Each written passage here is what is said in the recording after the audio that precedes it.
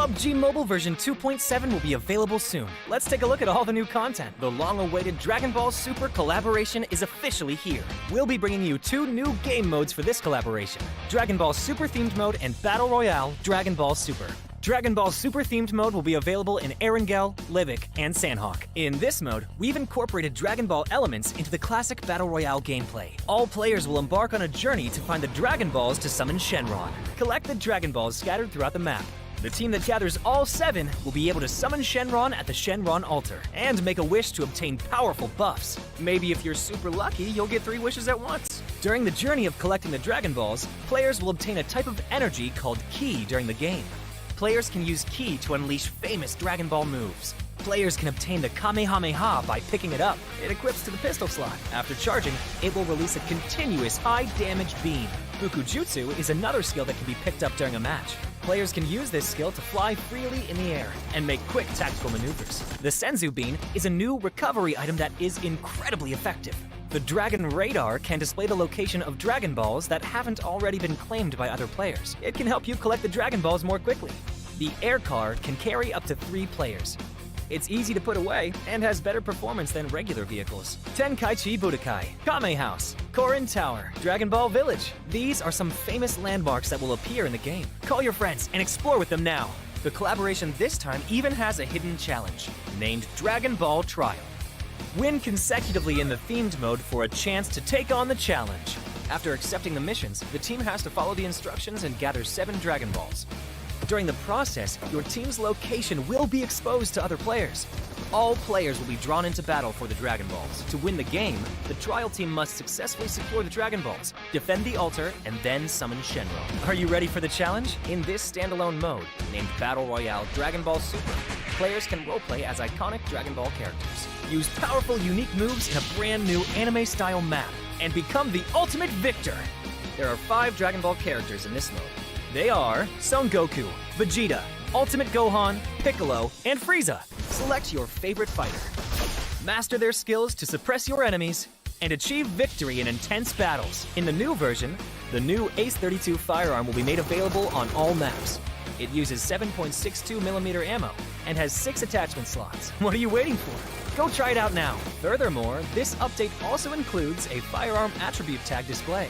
Newer players can go to their backpack to look at the tags of a firearm they've picked up to quickly grasp its characteristics. The new Cycle 5 Season 13 begins on July 18th. Be sure to stay tuned for the new season rewards. That's a wrap for the main new content of the upcoming version. For more information, be sure to follow our official PUBG Mobile community.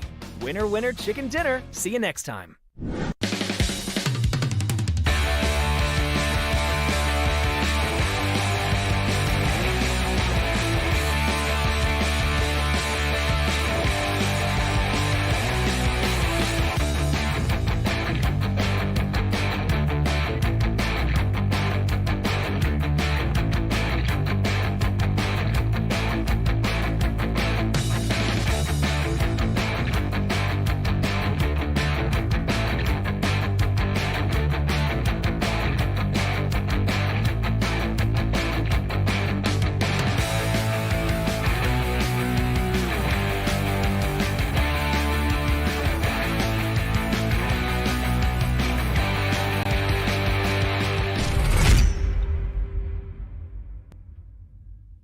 My friends, the guys over at PUBG Mobile challenged me to turn my guitar into an insane looking futuristic rifle. More specifically, the Dandy Grooster Set Cadence Maestro M24 upgradable firearm. Okay, that's very specific, since that challenge sounds like the usual madness we're doing here on the channel. I accept this challenge. But how do you want to do that? I can't do it alone, so I got the world's leading light design, special effect and show designer and my favorite tattoo artist in the entire world to help with the design and manufacturing of this insane looking laser rifle gun, and then to play some crazy super challenging shred licks over a funk track. Painted, that's probably a good idea. I think all real guitar builders will cringe hard at this video. I don't think that this is how you usually do it. Okay, so now we have a black guitar, but we have to add a lot of rifle elements to it.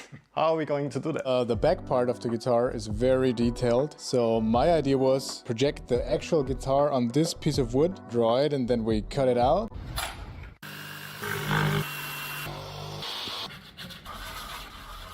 don't have to hold it like a baby. We have all these parts here, and this looks pretty much like the original gun already, right? Yeah.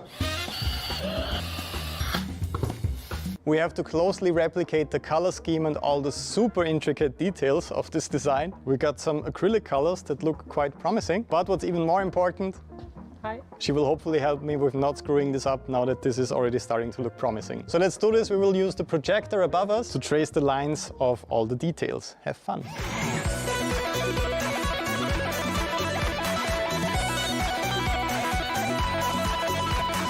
We simply used some black zip ties and it's actually surprisingly balanced. Look at this awesome set that Martin built, and the LED wall behind me isn't even on yet. But honestly, the last question of tonight, can I actually shred on this thing? Let's find out.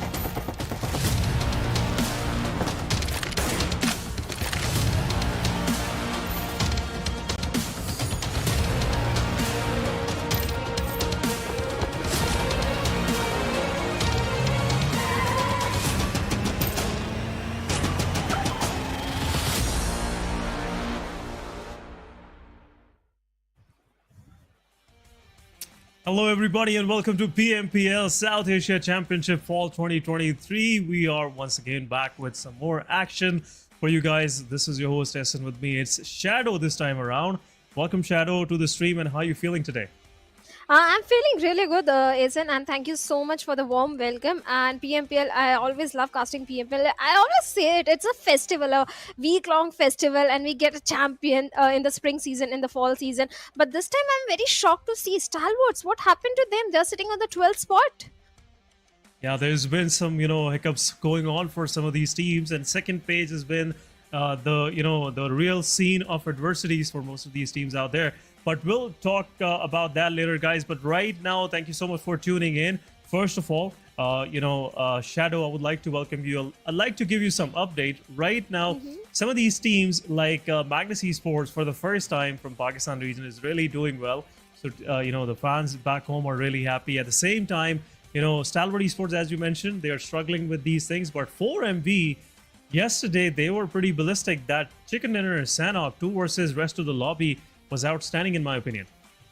Well, 4MV, they have always been fantastic. Even in last season, 4MV, they were always sitting comfortably in the top 5. But this time, I'm also shocked and happy to see a comeback from the side of DRS. But talking about the format and timeline, we are right now into the group stages where 20 teams, 5 groups are competing against each other with 16 matches will be played per team. And from there on, top 16 teams will move into the finals. Top 16 teams will move into the finals, and finals will happen between 31st of August till 3rd of September.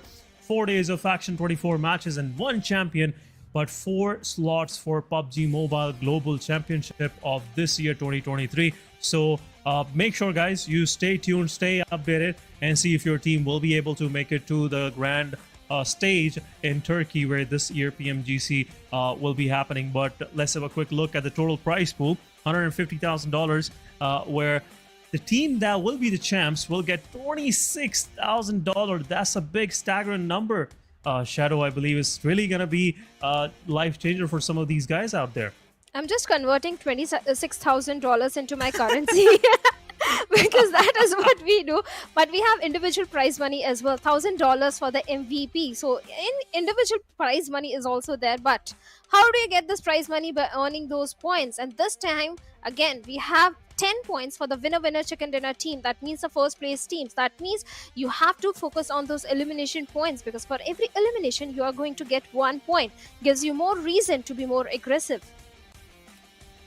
Yeah, more reasons, more ways to get aggressive, and now you have somewhat, I would say, kind of, I'm just missing the thought of train of my thoughts right now, but you have something to actually have a reason. You can talk to your coach that, okay, now the point system is totally rigged and there's no much point left for survival, so let's go all gun blazing. And you love to do what is most cheered about in PUBG Mobile. If you are an aggressive team, you will have the most fan base, and also everyone loves you because you are really giving them some quality entertainment. But looking at the overall ranking right now, that's the story I was describing early on. Shadow, DRS, they've been very consistent. 8 matches, 81 points, a good average of 10 points per match. Then we have T2K, but 4 Miracle Wives. They did great yesterday and they made themselves in top 3. But rest of the lobby, especially I'm seeing High Voltage DC really carrying forward their momentum from PMPL South Asia, and still performing way better in these matches in South Asia Championship as well. But rest of the table, it's a good average that they're going with. But speaking of Magnus Esports, they are heavily relying on the aggression. And whenever we talk about Pakistan region teams, we always talk about the aggression they bring in. Look at the finish points. They have got 41 finish points, but only 14 placement points. So they also need to focus on those placement points. Yes, I do understand the point structure calls for those elimination points, but you have to find the perfect balance so that you can become the champion. But NBeSports, also one of the big name that I'm surprised to see on the second page on the 11th spot with 48 points, because if I remember correctly, last season NBeSports, they had a fantastic run. They had a fantastic run, and this time around, some of the fights they've been taking very nicely, I would say. Technically speaking, they've been very sound in their gun skills and their strategy, in a 4 versus 4 fight. But so far, I would say they're still a little bit struggling with their survival points, staying consistent and making it to top 5. But still, things are pretty gloomy for teams at the bottom 4, especially from 17th onward. And some of these names like SRX3X, they finished on 4th spot in PMPL's Pakistan, and seeing them there in the bottom 4 is really hurting a lot of fans back home. But we'll see. It's day number 3, and I'm really hopeful that we will eventually see something, that will be worth watching from SRX3X. Well, certainly. But talking about the players of Stalwart Esports, I see having 9 elimination, Rizet having 8 elimination action with 7 tops with 9. And these are the players I saw last season. They were literally going guns blazing in the lobby, not caring about anything, having those perfect rotation. But this time, even the average survival is not so much action, having the average survival time of 14 minutes. So yes, Stalwarts on the first 2 days, they were really struggling. Yeah, Stalwart Esports so far 8 matches. Nothing much we can talk about the kind of performances they've been showing. Yeah, we've seen them twice in top 3 in some of the Sanhok matches, I believe. So 3 Sanhoks, and out of these 3 Sanhoks, 2 of the Sanhoks were where Stalwart Esports made themselves into top 3. But so far, rest of the matches not going that well. But early this morning, I've seen these guys really going pretty aggressive in a different lobby, on a different local tournament, I must say. But I'm really hopeful that they will be able to replicate this kind of performance today as well. Well, all the fans are definitely waiting for a comeback. And since it's day number 3, day 3 is always a unexpected day. All the teams who are in the bottom, they start coming back, propelling themselves in the leaderboard. So maybe we can see that thing happening on day number 3. But having a head-to-head average stats, well, compared to SA Finals and SAC, the damage is little less this time. Even the eliminations are a little less for the team of Raw Esports. Yeah, Raw officials, day 1, they were doing pretty well. And day 2 so far, there's been some, hiccups for them in some of the matches, especially matches of Erangel. So surely looking forward if Raw will be able to improve, those loopholes that is really costing them a lot of, I would say, matches so far. But South Asia Finals and South Asia Championship, I would say this comparison, by this first 2 days, I don't think so. It's a fair comparison because we are in league stages, and finals and league stages, the intensity is different.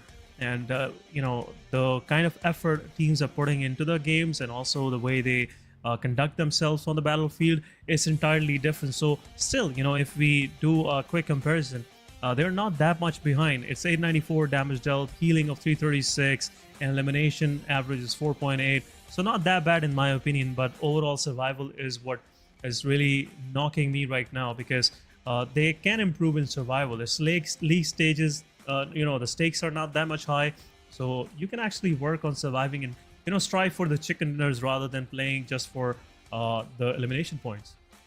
Actually, Raw officials, day number 1 was fantastic for this particular team, because in the very first game they came on the 4th spot and got 9 eliminations. Second match also 8 elimination, then 5 elimination. They were going for the aggression. So day number 1 was entirely in the favor of Raw officials, but day number 2 was a day when things started going downhill, and maybe on day 3, Raw again will be able to find what happened wrong on day number 2, and again they'll find those same aggression elimination points, and maybe they can propel themselves to the top 5.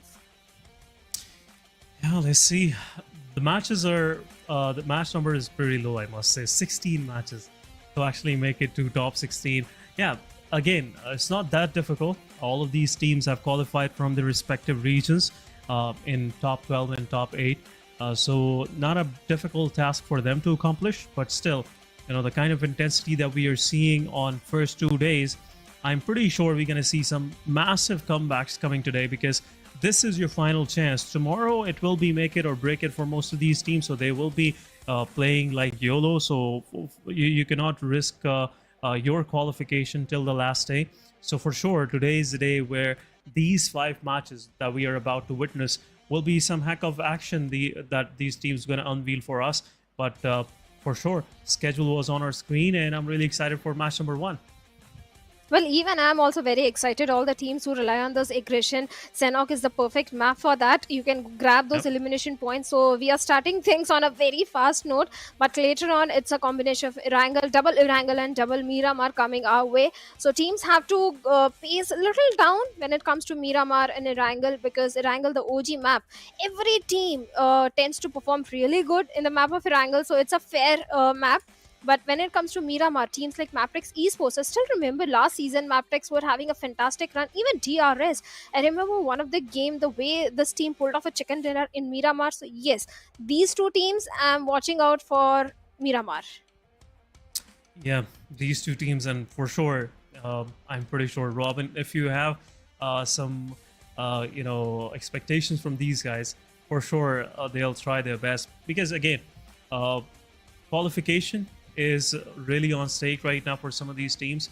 8 matches, and if you haven't made it to at least top 12 with like decent 30 to 40 points, things are pretty tough for you guys. So you have to buckle up real quick. There is nothing much left for you guys in this tournament. It's 8 matches more, and if you keep that average of 2 to 3 points per match, it's really gonna hurt you big time, and it will be difficult. It'll start getting difficult for qualification. But Sanhok, to start with, what a day. And you joined us on the desk, and we are seeing an intensity packed match firsthand. So that's a blessing for all of us out there. I just want to ask you one question. Do we still have a drop clash happening in Paradise? Yeah, I have seen, I guess, Magnus Esports going against one of these teams. I'm not sure which team it was, but both in 3 matches of Sanhok so far, it's not been pretty well for Magnus. They've been facing some of the connectivity issues, but at the same time, they still went to Paradise and got totally obliterated without even, going into a proper fight. But some of the clash drops, very unexpected clash drops. Yesterday we were talking about these as well. Even our producer was interested in discussing that. That was 7th Element going against Team Raw officials, especially in that ruins area up top of, I would say on the eastern side of Camp Alpha. That's a very unusual place to take a drop location, drop fight, but it's happening, so far it's really enjoyable. And also in Ruins, R3G going against Team Leo. So some contentions are building up in Sanhok, and Sanhok is all about going for some early fights. Well, I can see that you're also a little sadistic, just like me. You also love those drop clash happening in the game. And last year, I remember it was against I8 and NBeSports also going towards the side of Paradise Resort, where T2K Yeah. also happened to be in the nearby vicinity, and they did a perfect third party. So yes, definitely Sanhok is one of my favorite game in South Asia, because all these teams, the way they approach Sanhok, they never shy away from the fights. I even remember 3x Esports, they used to have a drop clash with Stalwarts on boot camp. It didn't matter to them whether we'll qualify or not, but we'll go ahead and take the fight with Stalwarts, and at the cost of qualification. They didn't qualify for the championship, but I'm happy to see this time 3x Esports, they have made it. Yeah, 3x Esports, they did well in the local scene. They were on the fourth spot, and the kind of performances they pulled off were really, sublime, I must say. But overall, so far 3x, they're struggling a little bit because of some connectivity issues, some in-game communication as well. But so far, guys, we are about to move into our match number 1. It's a match 11 of league stages, and for sure is Sanhok that we are jumping onto. Lane line, it looks like it's more toward the northern side of the map, starting from the Camp Alpha going toward Mongnai, but at the same time, I feel like this lane line is really not gonna bother most of these teams. Except Dock and Bantai, almost every part of the map is pretty much accessible, Shadow. It's Sanhok, son. You can glide easily towards the side of Dogs and Bantai as well. So whenever it comes to down to Sanhok, it doesn't matter where the flight path is going from, because you can easily glide in. But my eyes are on those drop clashes. Okay, this time against I8. This season they are going towards the side of Hathin. Magnus again in Paradise Resort. I want to see where the players of NB Esports are going. 4ME, I remember they used to go towards Oh, Painan, but look we at have this. a drop clash in the ruins area where Leo Esports and Regicide. Regicide is one of those teams from Pakistan region who is known for their aggression. Last season also they had the highest elimination point, but this time Liquid is going to open Oh, things up nice and work. finds one player of Regicide, finds the second one as well, and Liquid is going for the confirmation point as well onto Seni.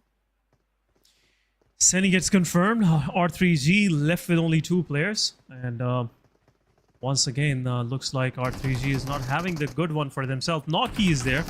The aggressor, I must say, for the team will go down, and there's an AKM, but 2 of the players will gang up on this player, and R3G is left with nothing. Once more, the retaliation comes, but Leo Esports, 3 of their players knocked out. Last one standing. Liquid is a third party happening as well. What's going on for Leo? Third parties are definitely one of those things that we tend to see in the map of Sanhok. But for now, Liquid is going for the rescue mission onto the fallen teammates. But I don't see too many resources in the hands of Liquid. No first aids, no bandages. I wonder how these players are going to heal themselves up, how they are going to patch. I can see one first aid, so definitely one of the player can go for the 100 HP. But 4 elimination points, a good head start for Leo Esports. Yeah, Leo Esports, all thanks to Liquid for saving them in a tough situation where he pulled off a 1v3 on the players of R3G. Nice work, I must say. Big GG's early on, but R3G, they're out. Not a good start to their day, but so far, this has been the only fight we have seen in Sanhok. Quite an aggressive start to the match, I must say, and the day as well. But so far, no casualties on the side of Leo. 4 decent points to their name. They can carry forward in the match. But looking at the situation on the map, I believe northern side it is, and most of these teams from down south have to move up, including DRS, Leo, 4MV. Right now 4MV is in Painan. So it's a rotation that they definitely need to take early on. 4 Miracle vibes. What a day they had yesterday, I must say. Fantastic win, especially that winner chicken dinner in the first Sanhok yesterday. That was outstanding. 2 versus rest of the lobby, and still they managed to clutch things off.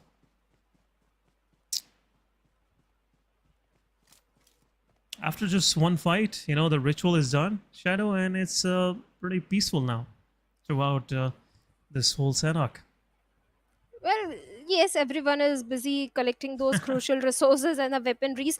But yeah, Regicide is in the last season, in the spring season, in the PMPL Pakistan, they had the highest elimination point. But whenever it comes down to the South Asian Championship, Regicide tend to face a downfall in their performance. I don't know why. Is that it's just the pressure, or if it's the early jitters that you're competing with the different region teams as well. But I don't know. Regicide is a very aggressive team. Really want to see a very good comeback from their side. Talking about 52 Esports, well, for now, they also are inside the circle, somewhere towards the southern eastern side, and trying to transition themselves towards the center of the circle. Whenever it comes to Sanhok, you always tend to go for the center because you are going to get heavily benefit by the zone. Yeah, for sure. Circle, zone, blue zone is the real threat, the real enemy, I must say, in Sanhok. It really pressures you a lot when you're taking a fight, especially on the edges, because you never know how far the next play zone gonna be from you. So that's a big threat. And at the same time, the damage of Sanhok blue zone is pretty different than others. Even the third phase, fourth phase is really taking a lot of toll on the players. And it's all about there are a lot of open spaces in the Sanhok when you're trying to get inside the circle, and everyone is just eyeing for you. And the OG strategy of playing Sanhok for most of these competitive teams is just gatekeep the team that is trying to get inside the circle. You will eventually get the elimination points for yourself. So again, you pointed out a right thing, I must say. Inside the circle should be the priority, and getting in a decent position in the center should be the first priority. Priority should be set, but the first should be getting inside the center and just keep yourself safe, and then wait for your enemies to push on you. Defense is the better offense in Sanhok, and most of these teams been exercising this, but the kind of action, the kind of aggression that we are seeing so far, Shadow, in this PMPL South Asia Championship, I don't think so even sitting in the center will do good for you. Agree, because when you are in the center you tend to grab a lot of attention as well. But if Yeah. you're able to have a good defense, if you have a good compound and that you are able to defend, maybe you can get the benefit of the circle and the compounds. But for now, Mabetex Esports, well, this is also one of the team that tend to shine the most in the map of Miramar. But I want to see if they've worked on their Sanhok, because in the last season Mabetex was struggling in Sanhok. Let's see how they're going to perform. Desert, Giro, Valley, Leo OP. Valley, I remember he clutched it last season also. Is one of the very good addition in the squad of Mabetex Esports. Yeah, Wally, for sure. Some of these players, Leo OP, Wally, they've been doing fantastic, I must say it. This recent addition of Giro is really playing a crucial role in the squad. But so far, the guy in the highlights is the one we left in the discussion, Desert. He's been doing fantastic. We'll see how the day will go for these guys. Pretty much situated in a very good place in the center, and just waiting for the right time. And now look at Egon XI8. Just waiting for the right moment. KS could be the victim right now. Uzum, rest of the team waiting. One small mistake will cost life to these guys. I'm pretty close. Mampa's position is revealed. KS not making, any aggressive moves right now, but this movement from Uzum can actually alert these guys. In the open the player is, and a spray goes in a cover fire as well. Nice work, KS, King of Spades. Now they're pretty much aware that there is a setup waiting for them in front. So we're not going to aggress at this very moment, Shadow. Well, they are certainly not going to aggress right now, and considering it's Sanhok, you have to be on the alert mode. You have to be very aware of your surroundings. A little bit of the overcommitment from your side might punish you. But for now, 4MV East running out in the open has spotted on the players of Leo Esports who are trying to move inside the circle. Look at the rotations coming from southern side, but the S12K in the hands of Demo takes on 2 players from the side of High Voltage. Third player also goes down. HR, their IGL Romeo boy, is here for saving, but IHC, they're pushing forward. They can see those 4 kills. Romeo Boy low on HP and will get eliminated. HR, an early exit for them, only 1 point to their name, and will leave on 15th spot. Not a good start for them. Been really struggling. 16 points and now one more. It's 17 in total. And they're still on the bottom position, on 20th position. But IHC, they got some decent 4 kills. All thanks to the player, which got eliminated. But what a spray. What a, way of spotting the player from this far. But top ZZ it is. IHC, the players got to be careful if they want to res their player up. But Stalwart Esports not going to go for any sort of aggression. Well, Stalwarts are definitely keeping a keen eye onto the players of IHC, but the way Demo pulled off that particular fight, took down 2 players, got the confirmation point, nice although work. he got eliminated, but still a beautiful clutch came from his side. But now Stalwart Esports, they also need to be a little aware, because courtesy to the smoke, the position of Stalwart Esports players has also been revealed. No, they have to be a little bit alert, and look at the rotations coming from the complete southern side. We have the players of 4MV, at the same time TOF is also there, and I believe High Voltage DC. 3 teams are trying to rotate from the complete southern side. Maybe we can see a collision happening over there, but every single team right now is trying to contest for the center position. Yeah, that's been the plan. That's been the plan so far. Looks like Stalwart Esports, they got a good position for themselves inside the circle. And once the first and the second phase, from the second phase onward, once things will start, moving a bit, then obviously these IGLs will have an idea which side this play area will be going. But so far, Stalwart Esports really throwing some warning shots toward Leo, just making them understand this is a no-go area for them. They're not welcomed here. Nice. Hold so far by Stalwart Esports. Circle is about to shift, and this is a northeastern shift, centralizing Magnus Esports this time around. Things are in favor of them for the first time. But as we were saying, on the southern side, the first collision is about to happen. Shadow, High Voltage going against 4 Miracle Vibes, and East of 922, playing it a little sneaky, I must say. Right move at the right time. Look at the position of Raw officials, Asen. They are rotating from the northern side. They have the complete northern control, where all the other teams will be fighting amongst each other, either on the shorelines or towards the southern side. So Raw can benefit heavily from that particular spot. But right now, 4MV East in such a close proximity to the players of High Voltage DC. One single grenade can take down Rog over there. And High Voltage DC, I believe they're not even aware. Right on the face of Rog, takes him down, and East looking for the confirmation point as well. But with a grenade from the backlines, Ruik is trying to provide some cover fire or some help to his fallen teammate. Oh, but nice no, work. East again. A perfect, precise grenade takes down Ryu, gets the confirmation point as well. 4MV with just throwables, just by using the throwables, have annihilated the 3 players of High Voltage DC. 3 players of High Voltage DC couldn't even see the sunshine in this fight, and they are over. They are done. Arrow is on the run right now from 4 Miracle Vibes. They have vacated this place for themselves, and now this will be an uphill move for them. They have some time left. They can actually afford to stay here for quite a bit time, but what a way to just clear your close vicinity. Utility use, so nice, so on point. Accuracy, I must say, haven't seen this kind of accuracy from any other team so far in this South Asia Championship. By High Voltage, these guys still scratching their heads. What happened to them?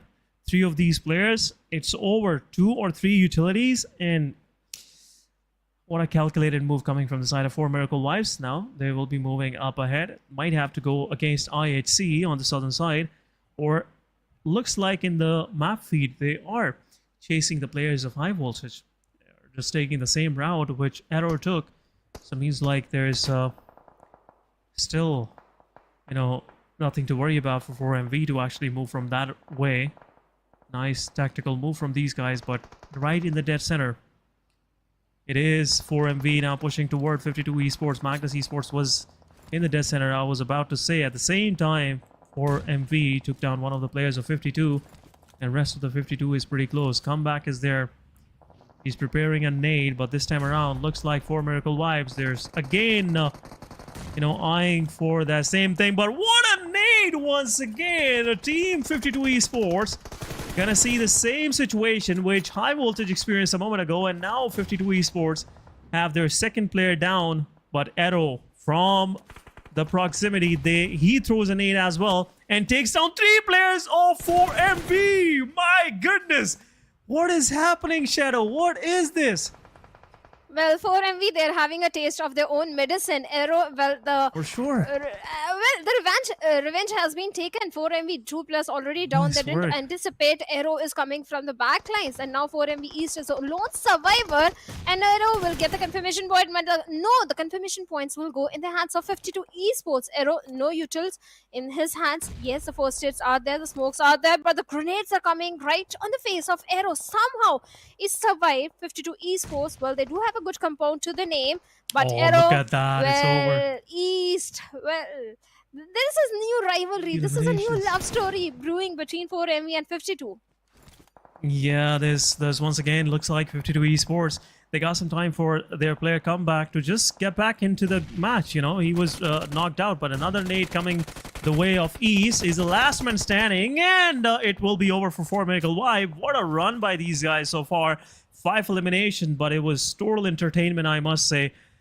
4MV just showing some class with utility, and 52 Esports will be the one just shutting them down. But on the back lines, it's tough as well. This could be a possible third party happening on the players of 52. Circle have moved a little away from these guys, but nothing to worry about. They're not that far, but DRS versus Tough, once again, it's happening. It's the second time around we are seeing those teams again going against each other, but H2SO4 gets knocked out. HellRaisers confirming the elimination. Team Tough losing the first one, but there is some retaliation coming from the side of Riddler. Riddler's take down 1, but DRS Gaming trades back. At the same time, 52 come back, throwing the nade, confirming the elimination, and Tough is out. Team DRS gonna see some wrath from the side of 52 as well. DRS is left with only 2 players, but 52 Esports, they are just dealing in numbers so far. Eliminations for them stacking up one after another, and DRS could be another victim of the process. 52 Esports come back. He'll be slowly and steadily closing in. As everything is happening on the edges of the circle, DRS are going for the revival, but some more Molotovs will be thrown, and some more utility usage will come from the side of 52 Esports. And this Molotov hits right on its point. Delta low on HP as well. But in the kill feed, Aegon XI8 versus Stalwart Esports is still happening, and it's going on full pace right now. Delta at the mercy of the blue. 52 Salman is already inside the safety net of the circle. On the other side, Stalwarts, well, they were trying to gatekeep the plus of Aegon XI8, and looks like Stalwarts, they have been eliminated. SKYLIGHTZ also bids bye-bye on the 10th spot with just a single elimination point. Too many teams are getting eliminated on the periphery of the circle, and right now, the play zone is also coming into the picture. The only team right in the dead smack center is going to be Magnus Esports. With all the 4 players alive, they do have a very good advantage. This is their game to lose. DRS, only 2 defeat points in their hands. Even Delta is on a very low HP. He has to patch himself up, as Rolls is keeping a close eye onto the players of, I believe, Raw officials. Yeah, Raw officials, they're in a very prime position right now in the circle. Magnus Esports is also close by.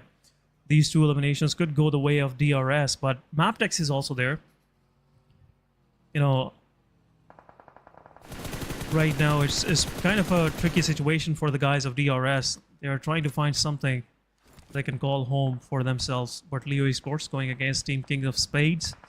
King of Spades have repositioned themselves. They were about to go against the players of Aegon XI8 early this match, but so far they've been extra careful with their moves. One of the players, Exo, is knocked out. A third party coming from the side of Magnus Esports. Some more smokes are being deployed. But at the same time, it's a stalemate between both of these teams. Leo gotta get inside the circle. One of the players is in the circle, Liquid, pretty close. And now King of Spades have to make the move. Malik from Raw takes down Exo. It's a confirmation. King of Spades down to 3-man standing, but some retaliation shots coming from the side of Leo. And now it's time to move inside the circle. Third party will be a major threat for the guys of King of Spades. Magnus Esports, Raw officials, IHC, Leo, all of them have their attention on these intruders moving through Paradise Resort. But some more sprays coming in. Aegon XI8 from the back strikes, hard strikes on the players of Leo. But King of Spades gets eliminated. Magnus Esports confirming the final one.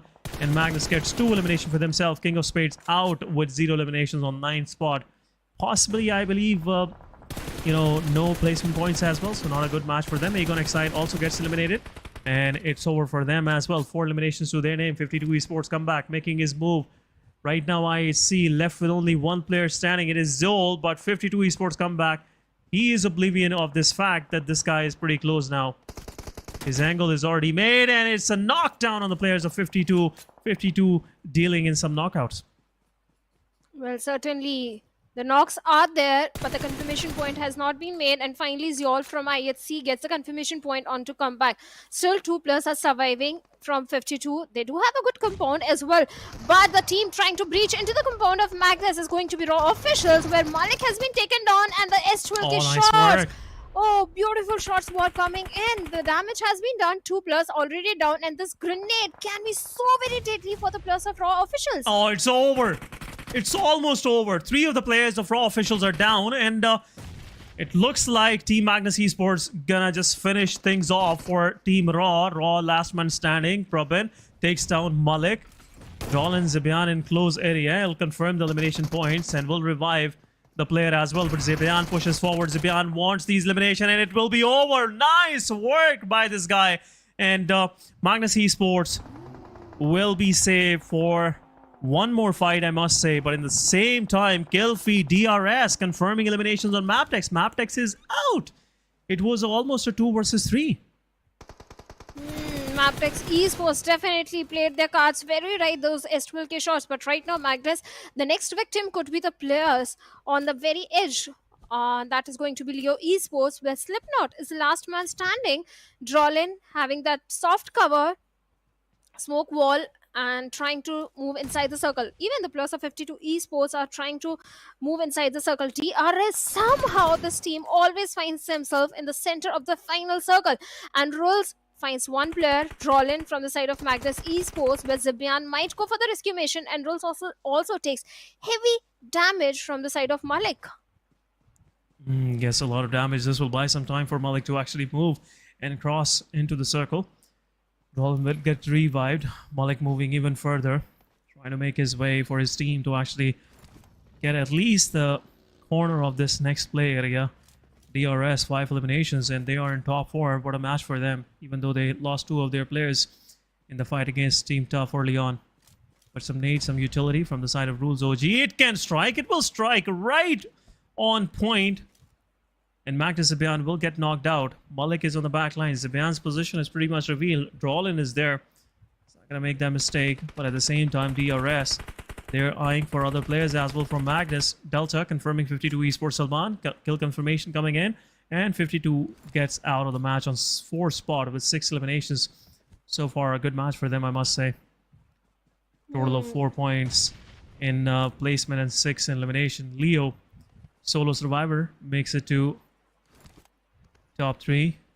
DRS, 2-man standing. Magnus still 2-man standing. But nade from Drolin could be lethal. But at the same time, Malik takes down Rules OG. 1 more shot, but from the periphery, it's Leo Slipknot. But Malik gives the cover. It's a 1 versus 1 between both of these players. But DRS, they can see this chicken dinner. They have rezzed up. But Rules OG, Delta preparing a nade for Malik. But this nade, this could be a clutch situation coming from the side of Magnus Malik. But before he could do anything, Team DRS throwing that gift, and it's over for Magnus Malik. Winner chicken dinner goes to Team DRS. They are just keeping the consistency, just like every day. First chicken goes to DRS, and it's the same case today as well, Shadow.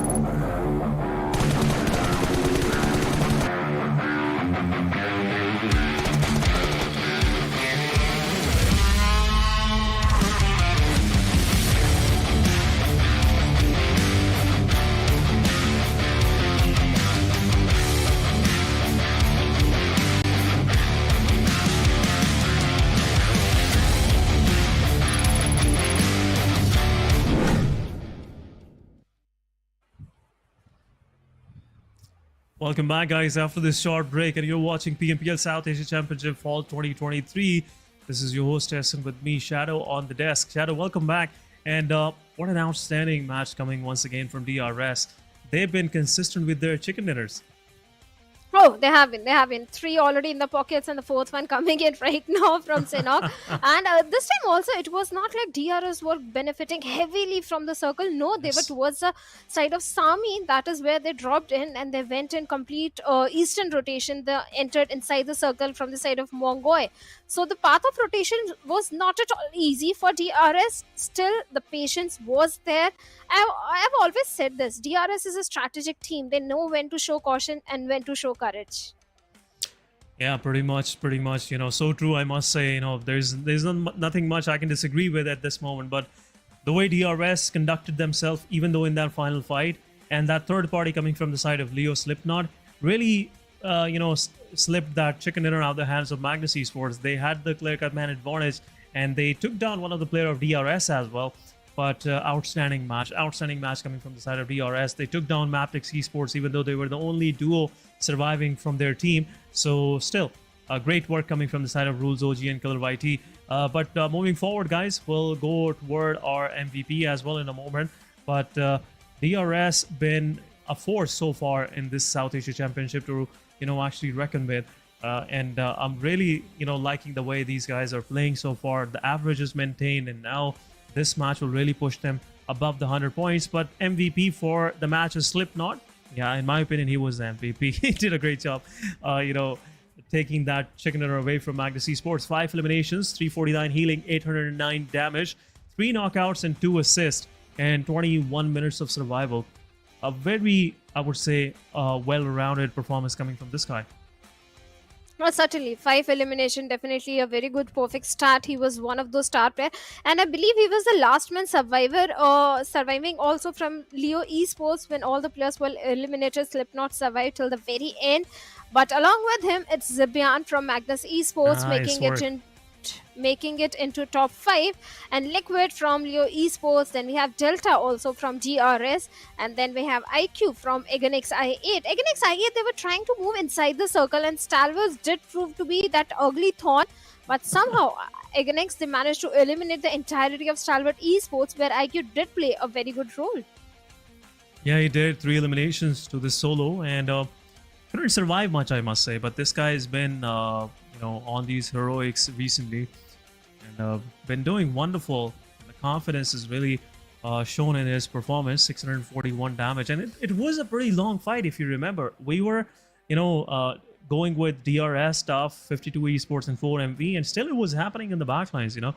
And as the fights on the southern end were pretty intense, we didn't get a chance to actually go toward that fight. But Stalwart Esports and Aegon XI8 fight, it was a pretty long fight, you know, a lot of back and forth happening between these guys. But looking at the match summary, guys, it's Leo once again Slipknot with the highest damage and highest elimination, and then highest assist goes to Rules OG, 3 assists for his team, and Delta also popping up with some heal strats. I wouldn't say that was pretty unnecessary to show, but still, you know, we welcome that. Match ranking, it is 18 points once again for DRS, pretty close to getting to the 100. And just, I'm pretty sure just need 1 more point in our ranking to just get to their century. Well, certainly they are going to have that 100 marker.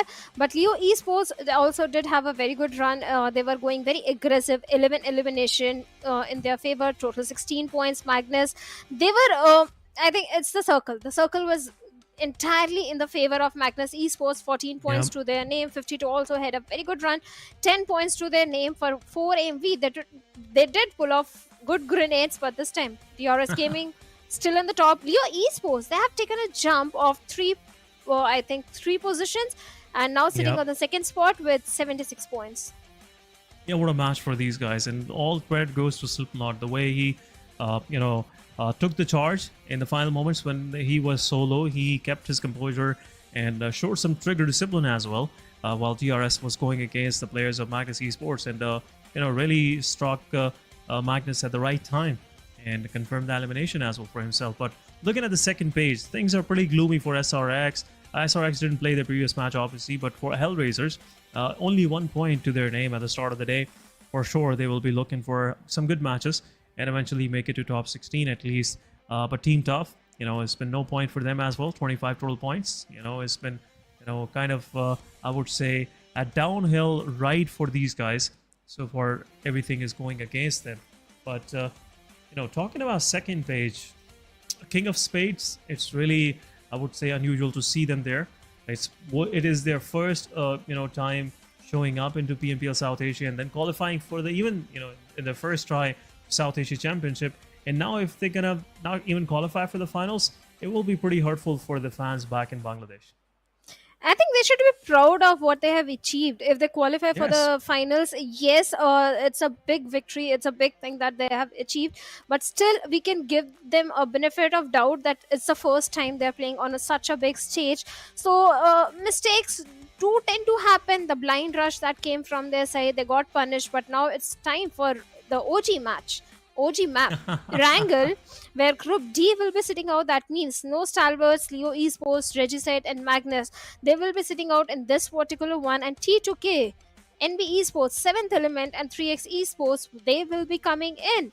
And T2K, I remember, Erangel was always been the strongest map for T2K.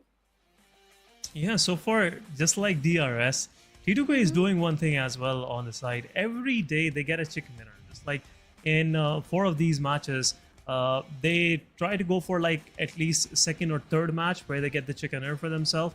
And that's the reason why they're maintaining themselves on the first page so far. They're not that far from top 3 positions.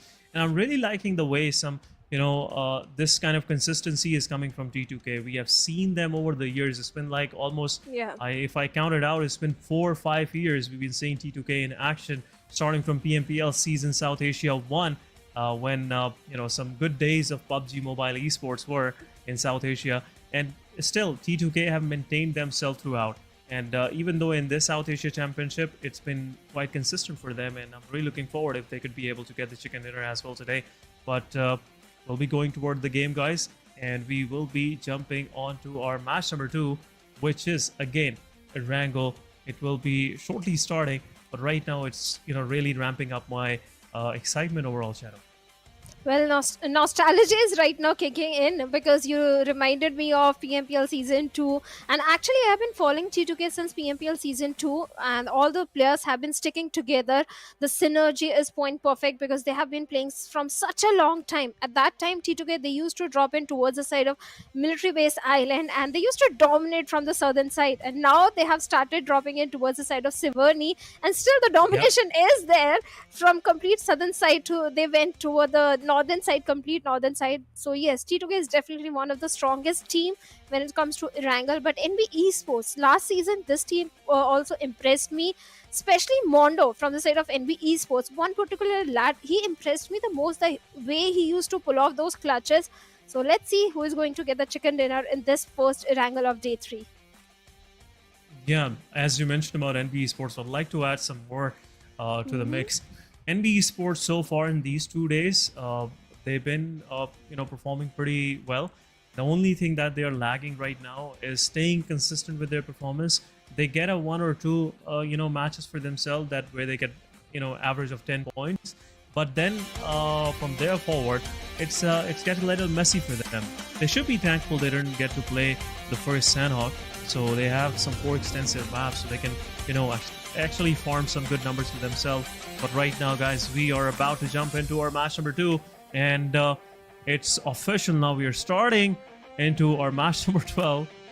And, looking at the plane line, it is starting from the south side of hospital, going straight toward Lipovka. It's pretty, I would say, a good plane line after a while we have seen on Erangel, really helping these teams to actually get to their desired drop locations. Only Kamishki, in my opinion, is slightly out of equation, but rest of the map is pretty accessible.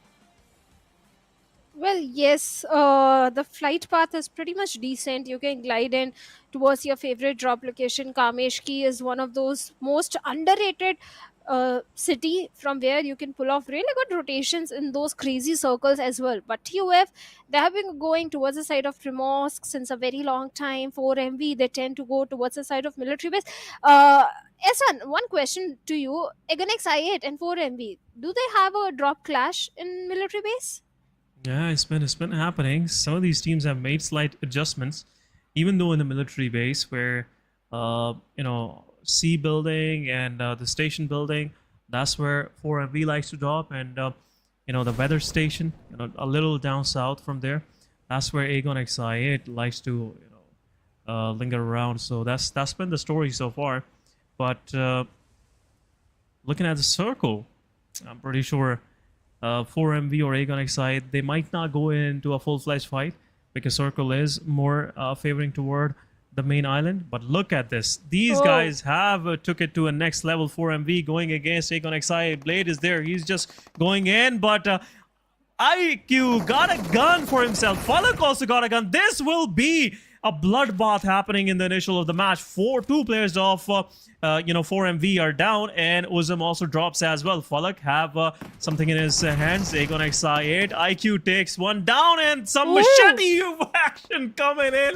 What is going on, Aegon XI8? They've been holding on strong, but Honey Badger takes down one of the players of Aegon XI8, going for the confirmation. But before he could do anything, Team Aegon XI8 Blade shows to the scene, and it's over. 4 Miracle lives. They are done. They are done. Yesterday was kind of a banter happening between these guys. There've been some fisting and stuff, but so far it's kind of, I would say, oh my goodness, some good fights coming from the side of Aegon. It's over. The military clash, it's pretty much decided. Oh my god, what did I just witness? Everything was used over there, but 4MV, no one used to touch 4MV in military base island. Yes, one of the team in previous season, I believe it was Elementrix, they used to go for the bridge camp, but 4MV every single time, or majority of the time, they eliminated the entirety of Elementrix and made sure Elementrix didn't qualify for the finals. But this time, Against I8 right on the face of 4MV. They're looking so confident in terms of the firepower they're bringing in. This is a very strong Against I8 which I'm witnessing right now as compared to the previous season. But right now we have another drop clash also happening towards the side of North Georgiopol, where we have 52 Esports and one other team as well. Yeah, it's King of Spades. For the second time around, we've been seeing them here.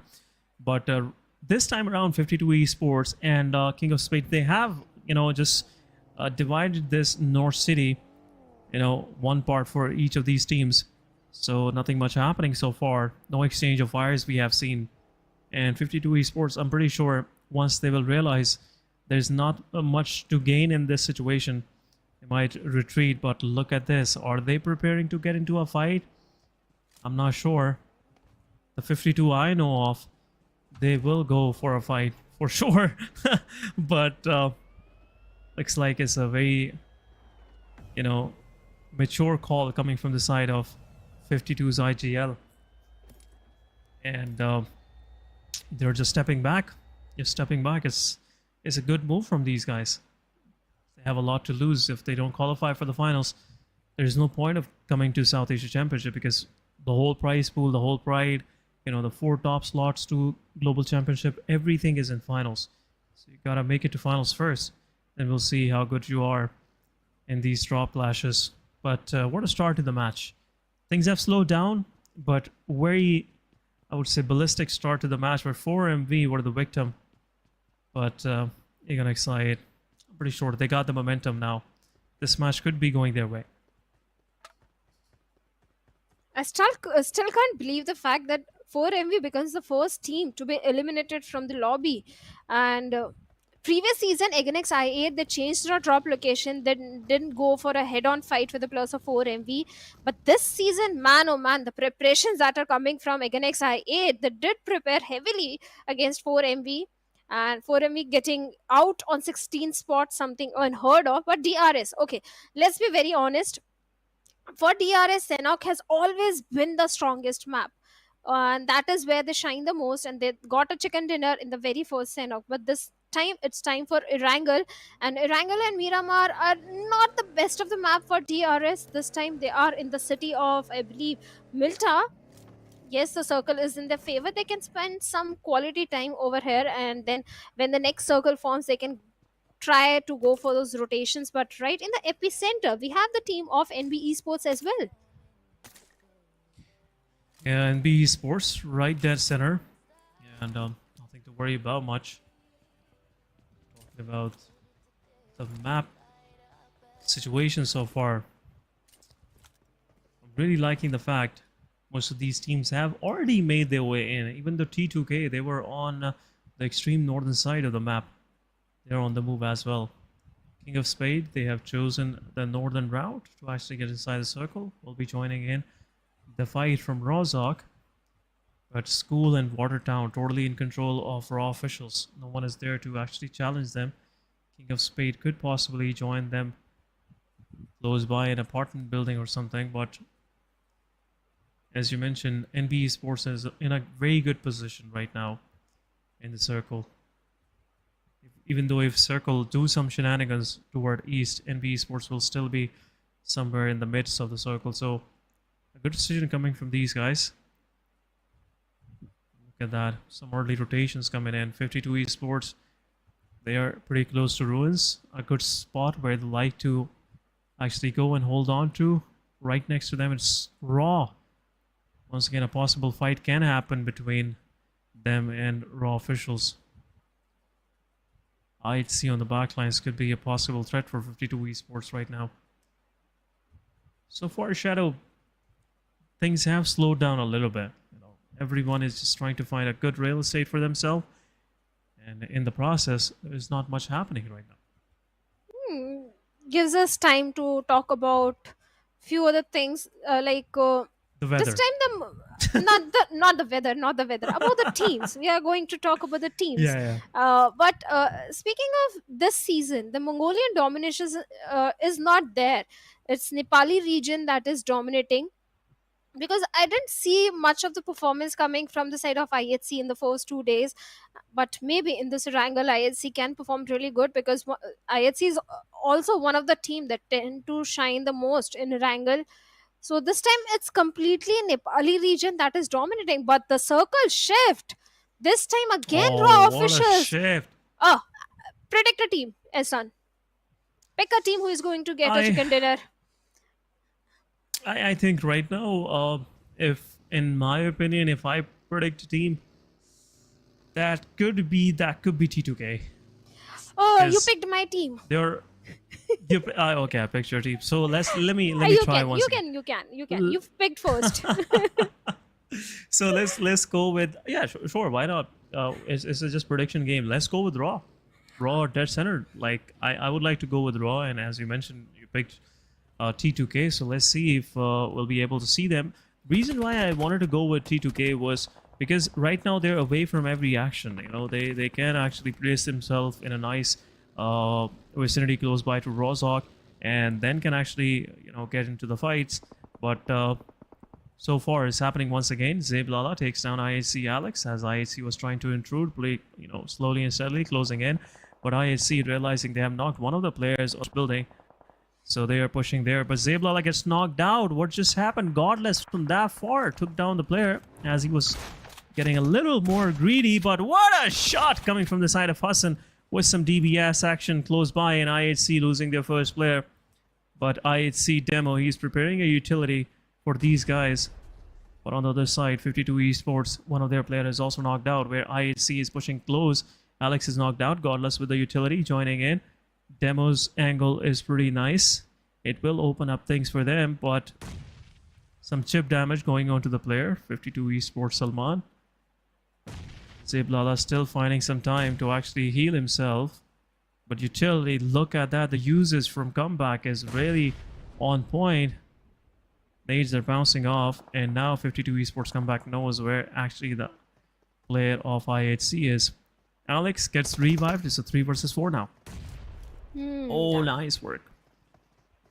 Yes, the numbers advantage is definitely in the favor of 52. The position advantage is towards the side of comeback, and he can pass on a lot of information. But right now, Demo, he could have been taken down and comeback. Nice How can work. you miss those shots? No But Demo way! comes and takes on Nice 2 players work. from 52. Gets the confirmation point onto Hassan as well. Takes on the third one as well. Oh. Demo is on a rampage. 3 finishers coming in, It's and over. 52 esports, they have been eliminated. It's 52 esports. They are past now. They are done. IHC Demo just taking total control of the situation and confirming 3 eliminations. Salman even couldn't, land the shots, but Demo really happy right now. They quickly finished things off, and now a nice part of the western side of the play area is in their control, but Circle will shift even further.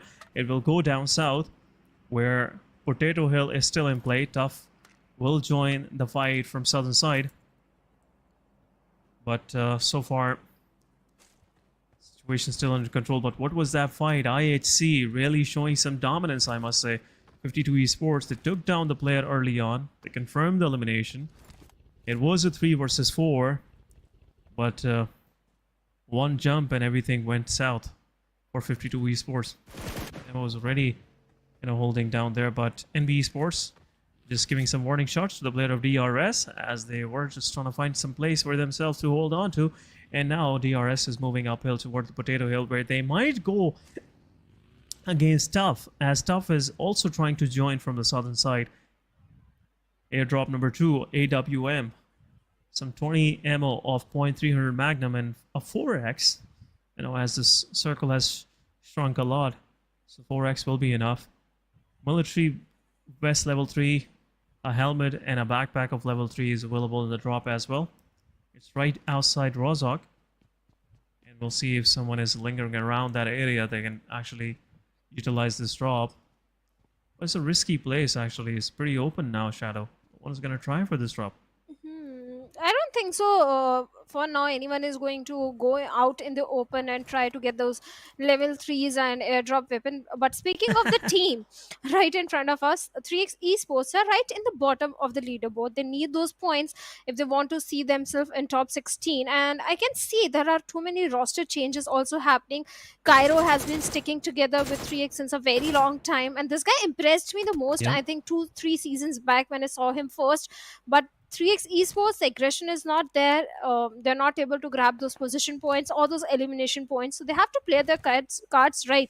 Because if today also they don't get those points, maybe on the last day it's going to be too late. But right now, Mabetex and T2K looks like they're also locking horns with each other, and trades are coming back and forth. Oh, nice one. It's been happening, but still, T2K, they have the numbers up for themselves. 2 of the players of Mabetex are down, but some retaliation coming from the side of Desert. T2K have 2 of their players down, and a confirmation as well coming from the side of Desert. T2K, MPL, just roaming around with a buggy, just trying to get some more intel, but at the same time, Mabetex Esports will res their fallen players. Ability going in, T2K, MPL going forward, but what a nice shot from the side of Desert. Once again, 3 players of T2K are over. NBeSports also want to join as a third party. They want some piece of T2K, the remaining player, but Mabetex, they're on the hunt. For sure, they will go for love. T2K Jane is there inside the smoke, and Desert is there. There's a 1v1 between both of these players, and it's over for T2K, as we were picking them as the contenders that can possibly win this match. But T2K, what a fight against Mabetex, and Mabetex Desert really, showing up on the right moment. Good fight taken by these guys. I'm not going to say anything. I didn't jinx T2K. You predicted. I didn't. But Mabetex, yeah. Speaking of this team, a really good fight without losing any of the player that did manage to get those 4 finished points for themselves. And right now, the team who is getting the benefit of the circle are going to be the players of High Voltage DC. They do have that L compound under their control. As long as they are able to defend it, I think this can be a good game for them. But our producer wants us to predict a team. So I'm going to go with... okay, IHC. Yeah, I'm still with Raw. I have some, good feelings about Raw You that were they with will get this. T2K. I was with Raw. I gave you T2K back. I still remember I that. didn't take it. I didn't take it. Yeah, they're not there in the match. So yeah, sure, you wanted to trade them, but yeah, IHC is a nice choice, I must say. IHC still on the northern part of the map. They have some good momentum early on, so nice pick. But still, I'm going with Raw because Raw, the way they have conducted themselves so far, they can actually do some wonders. But Mabetex Esports from far away, they have spotted one of the players, Gulo G. He is totally oblivious that the player could possibly take some shots on him. But right now, Mabetex Esports slowly and steadily closing in. Circle is still far away from these guys. But this could be a possible fight breaking between Mabetex and DRS right now. Yeah, Mabetex are also looking to grab that particular compound which the players of DRS are having right now. On the other side of the map, we have a third party happening. DRS, NBeSports, Seventh Element. These three teams are trying to lock horns with each other, and where Mabetex, they are suffering heavily as Rules takes on one more player, and King of Spades has grabbed the attention of Seventh Element. And the fight of apartments, well, it's all about who is going to lob those perfect grenades. King of Spades, they are trying. But right now, DRS Gaming, Delta, TUF right in front of them. Delta with the grenade is trying to get the confirmation point, but at the same time, he's trying to see if any of the player of TUF tries to give the revival. That is when Delta will try and strike. Yeah, he's going to use the utility. There's still no confirmation on Tough Tarzan, but Delta is unknown of the fact that Tough has already, counted Tarzan as a fallen player, eliminated player. For DRS, they want more. They're closing in. But Gyante, with some buggy shenanigans, takes down one of the players. The final man standing of DRS going against the player of Team Tough. I'm sorry, the final player of Team Tough standing against the players of DRS. And some good 4 elimination points for DRS. Total of 6 early on.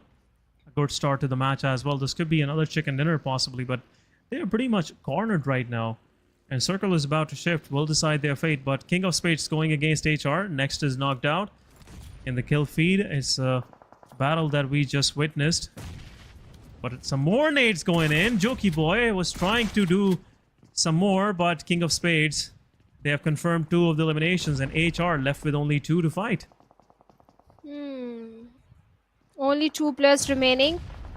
Yes, the DBS is there. That can be a game changer, but the way the grenades are being flung over, HellRaisers, they are in a bit of pickle right now.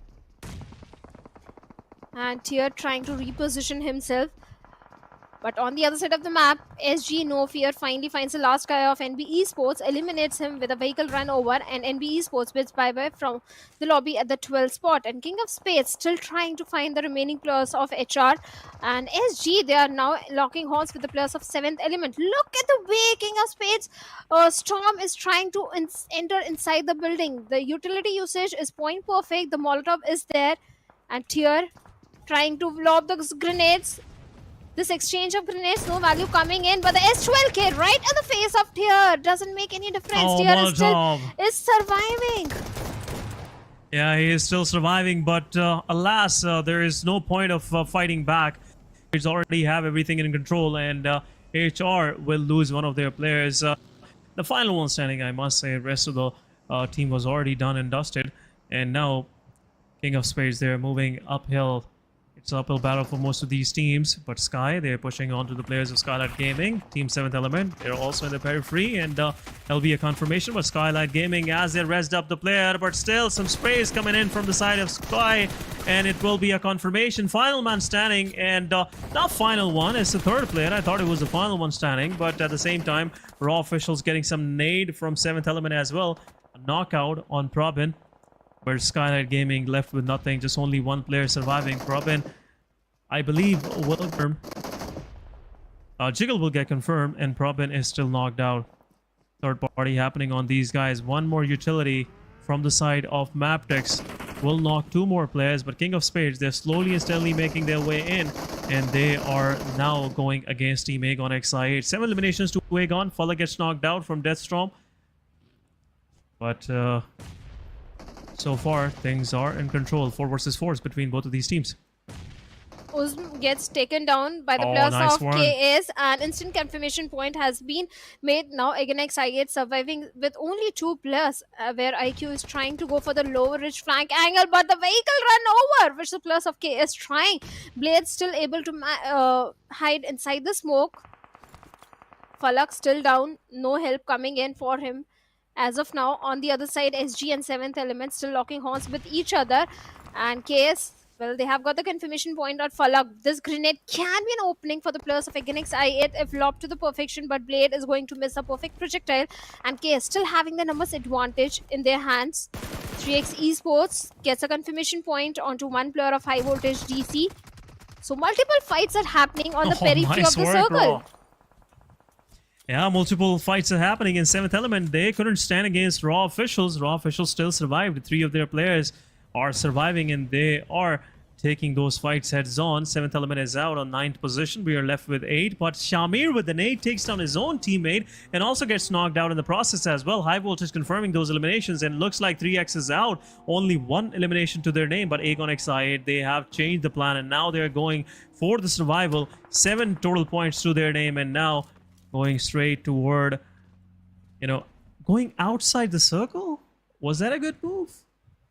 I'm not sure, but, it's their decision so far. Top 7 it is. 16 players are still surviving. South Asia Championship, Mabetex Esports trying to go against the players of Raw Officials. Some third party happening on Desert. Desert can possibly get knocked out. He has to reposition once again. But Nima is there. And can possibly, distaste this whole thing for Mabetex. 2 versus 3 it is, and it possibly looks like Raw will have a fair chance. But a third party once again happening on Desert. Half HP he is. King of Spades are also on the back line. Snade's been lodged toward the player and putting it down to half HP now. Probin is also on 50% health. Mabetex have a chance now to actually win this one. Yes, they certainly do have a chance, and Desert with a grenade can bring the entirety of Raw Officials down. Perfect grenade from Zero this time, not Desert. It was Zero's grenade that took down Probin, and Sky, well, trying to give revive to his fallen comrade, but how is going to survive the barrage of grenades that is coming from the side of Mabetex Esports? Desert out in the open. Nima takes on Zero. This can be a blessing in disguise for the players of Raw Officials, as Sky will be able to give revive to Praveen over there, and Raw Esports Malik also grabbing the attention of High Voltage DC. High Voltage DC, they're fighting for their life right now. Their main priorities to get inside the circle. That's what they're gonna do right now. And for sure, later down the road they might go, be interested in taking that fight. But one nade being launched by the side of Sky as well didn't hit the point. The intended target is still safe. Mabetex Desert healing himself once again. One more utility being prepared, and Blue Zone is about to pressure Mabetex player to move even further. Desert very low on HP, and one shot can actually ruin the things off. But Mamba from up high confirms elimination, and Raw Officials, Malik is knocked out. They still have to res him up. Sky from Raw is, I believe he is still surviving, I guess. Yes, looks like he is, or he might be knocked out. SKYLIGHTZ Gaming, Nima, last man standing, still there, gets eliminated. King of Spades, 10 eliminations to their name. What a match for these guys. Oh yes, a very aggressive dominating force KS has been in this particular game. 10 eliminations, still all the 4 players standing, and they do have the eastern control of the edge control of the circle, and the way the random shots are being fired towards the side of Raw, they are aware about the position that where the players of Raw Officials could be. They do have the height advantage, the position advantage. This is their game to lose. King of Space, this is their game entirely. But right now, High Voltage DC from the back lines could be that ugly thorn in the path of Raw Officials. Yeah, Raw Official, as they are trying to make their way in. High Voltage will play the same role that Raw was trying to play a moment ago, and now High Voltage DC, they have their clutches strong onto the players of Raw Officials. The delay is there, 18 seconds. They can still revive their player, but Sanjir, the dominator from yesterday, he's going against them at IHC. He's getting prepared. KS pushing forward, but some retaliation coming in. This is going south for these guys. Some third party happening as well. Godless with the nade takes down another player of KS. 6 eliminations to IHC. Agonix I8 also playing a part, and it's over. Agonix I8 confirming the final 2. Team King of Spades are out. We are left with top 4 team. 9 players are surviving, and most of these teams are surviving with the 2 or 3 players. Raw Officials really going against High Voltage DC. This could be a decisive fight between these teams. It's a 3 versus 3 overall. But IHC and Aegon XI8 on the southern part of the map. Aegon XI8 slowly and steadily trying to make their way inside the circle. And this could be an end of Godless. Well, this could be, as Godless is the last man standing from the side of IHC, but still 6 elimination towards his side, and Blade is also crawling his way inside the circle with the entirety of High Voltages right in front of them. At the same time, Raw officials do have the height advantage. Godless could be the next victim of Blade, the way the Molotovs are being flung over. Let's see how Godless is going to survive this. DBS in the hands of Blade. Godless not giving any sort of sound cue for now. And on the other side, we have High Voltage also knocking down multiple players of Raw officials. I believe the last man is standing on a very sliver of HP. Raw officials, they are on the verge of their demise. Yeah, they are, but some shots coming from the side of Godless takes down Aegon XI8 Blade, and Blade is going against IQ, the last man standing. Some M4 shots being dealt, but it is over. Godless clutching things out, making his team in top 3 now. 7 eliminations. The third party happened as well. I believe so. IQ was confirmed by High Voltage DC, and now High Voltage have confirmed Raw as well. Raw leaving on 3rd spot. IHC, what a pick you had. This could be a 1v3 and will be a chicken dinner from IHC, who knows. But Godless still inside the circle. Good compound to his name. 1 or 2 good grenades and actually change things around, but it's a 1 versus 3 High Voltage. Not gonna allow that by IHC to happen to them. 3 versus 1, and looks like Chicken Dinner is already ready for Team High Voltage to grab. Godless getting a chicken dinner, the chances are very slim, but the way this guy has pulled off a clutch, maybe he can pull another one off. But right now, High Voltage GC, yes, they do have the numbers advantage. All they need to do is not to engage in an individual battle with Godless, and looks like Rog is aware where exactly Godless could be. Courtesy to the smokes, his position has been revealed, and with that M416 and a 4x onto it, Godless, the moment he's going to come out in the open, but for now he is not going to come out. Yes, the circle is benefiting him. There are crates, maybe he can grab those important utils, the grenades and everything that can help him out in pulling off a 1v3. Yeah, there's no shortage of loot for Godless for sure. He saw a lot of bodies dropping right next to him. 2 from Aegon, 4 from King of Spades. So for sure there's no utility, but now he's spotted. High Voltage DC not making any mistake. But Godless is unaware of the position of Sanchi. Sanchi giving some damage. Godless will get back into the cover once again. But how long he's gonna stay safe here? Circle has already shifted to stage 9. And both of these teams will inflict a lot of damage on each other. And also, Blue Zone is there to the side of High Voltage as well. They have more map control. But utility going in, giving a lot of chip damage, and kill is denied. No more eliminations for High Voltage DC. A win-a-minute chicken dinner goes to HVDC. Nice work coming from these guys. And Sanchi really playing a crucial role in that fight against Raw officials. Now, High Voltage with these 22 points are sitting pretty nice on 2nd spot overall. Well, certainly they have managed to propel themselves a lot in the overall ranking, and this time also they did have a very good control of the circle from the very start.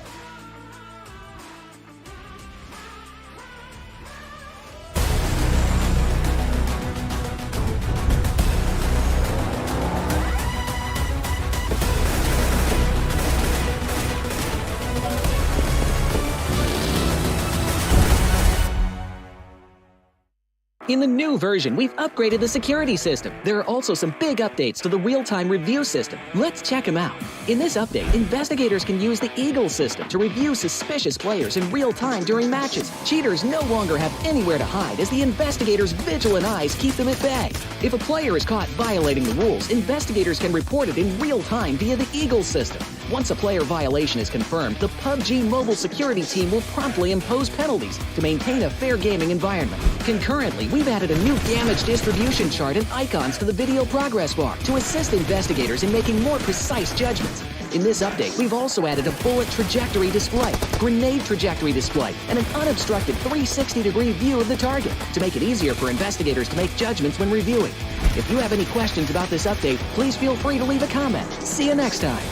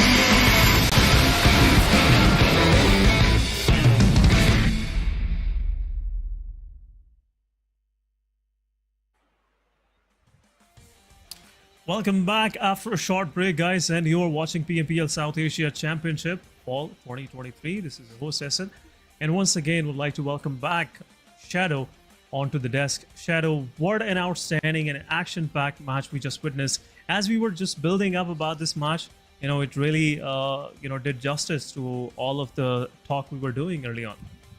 Well, certainly, first we were talking about T2K, they got eliminated. Then we were talking about IHC, they got eliminated. But we didn't talk about High Voltage GC.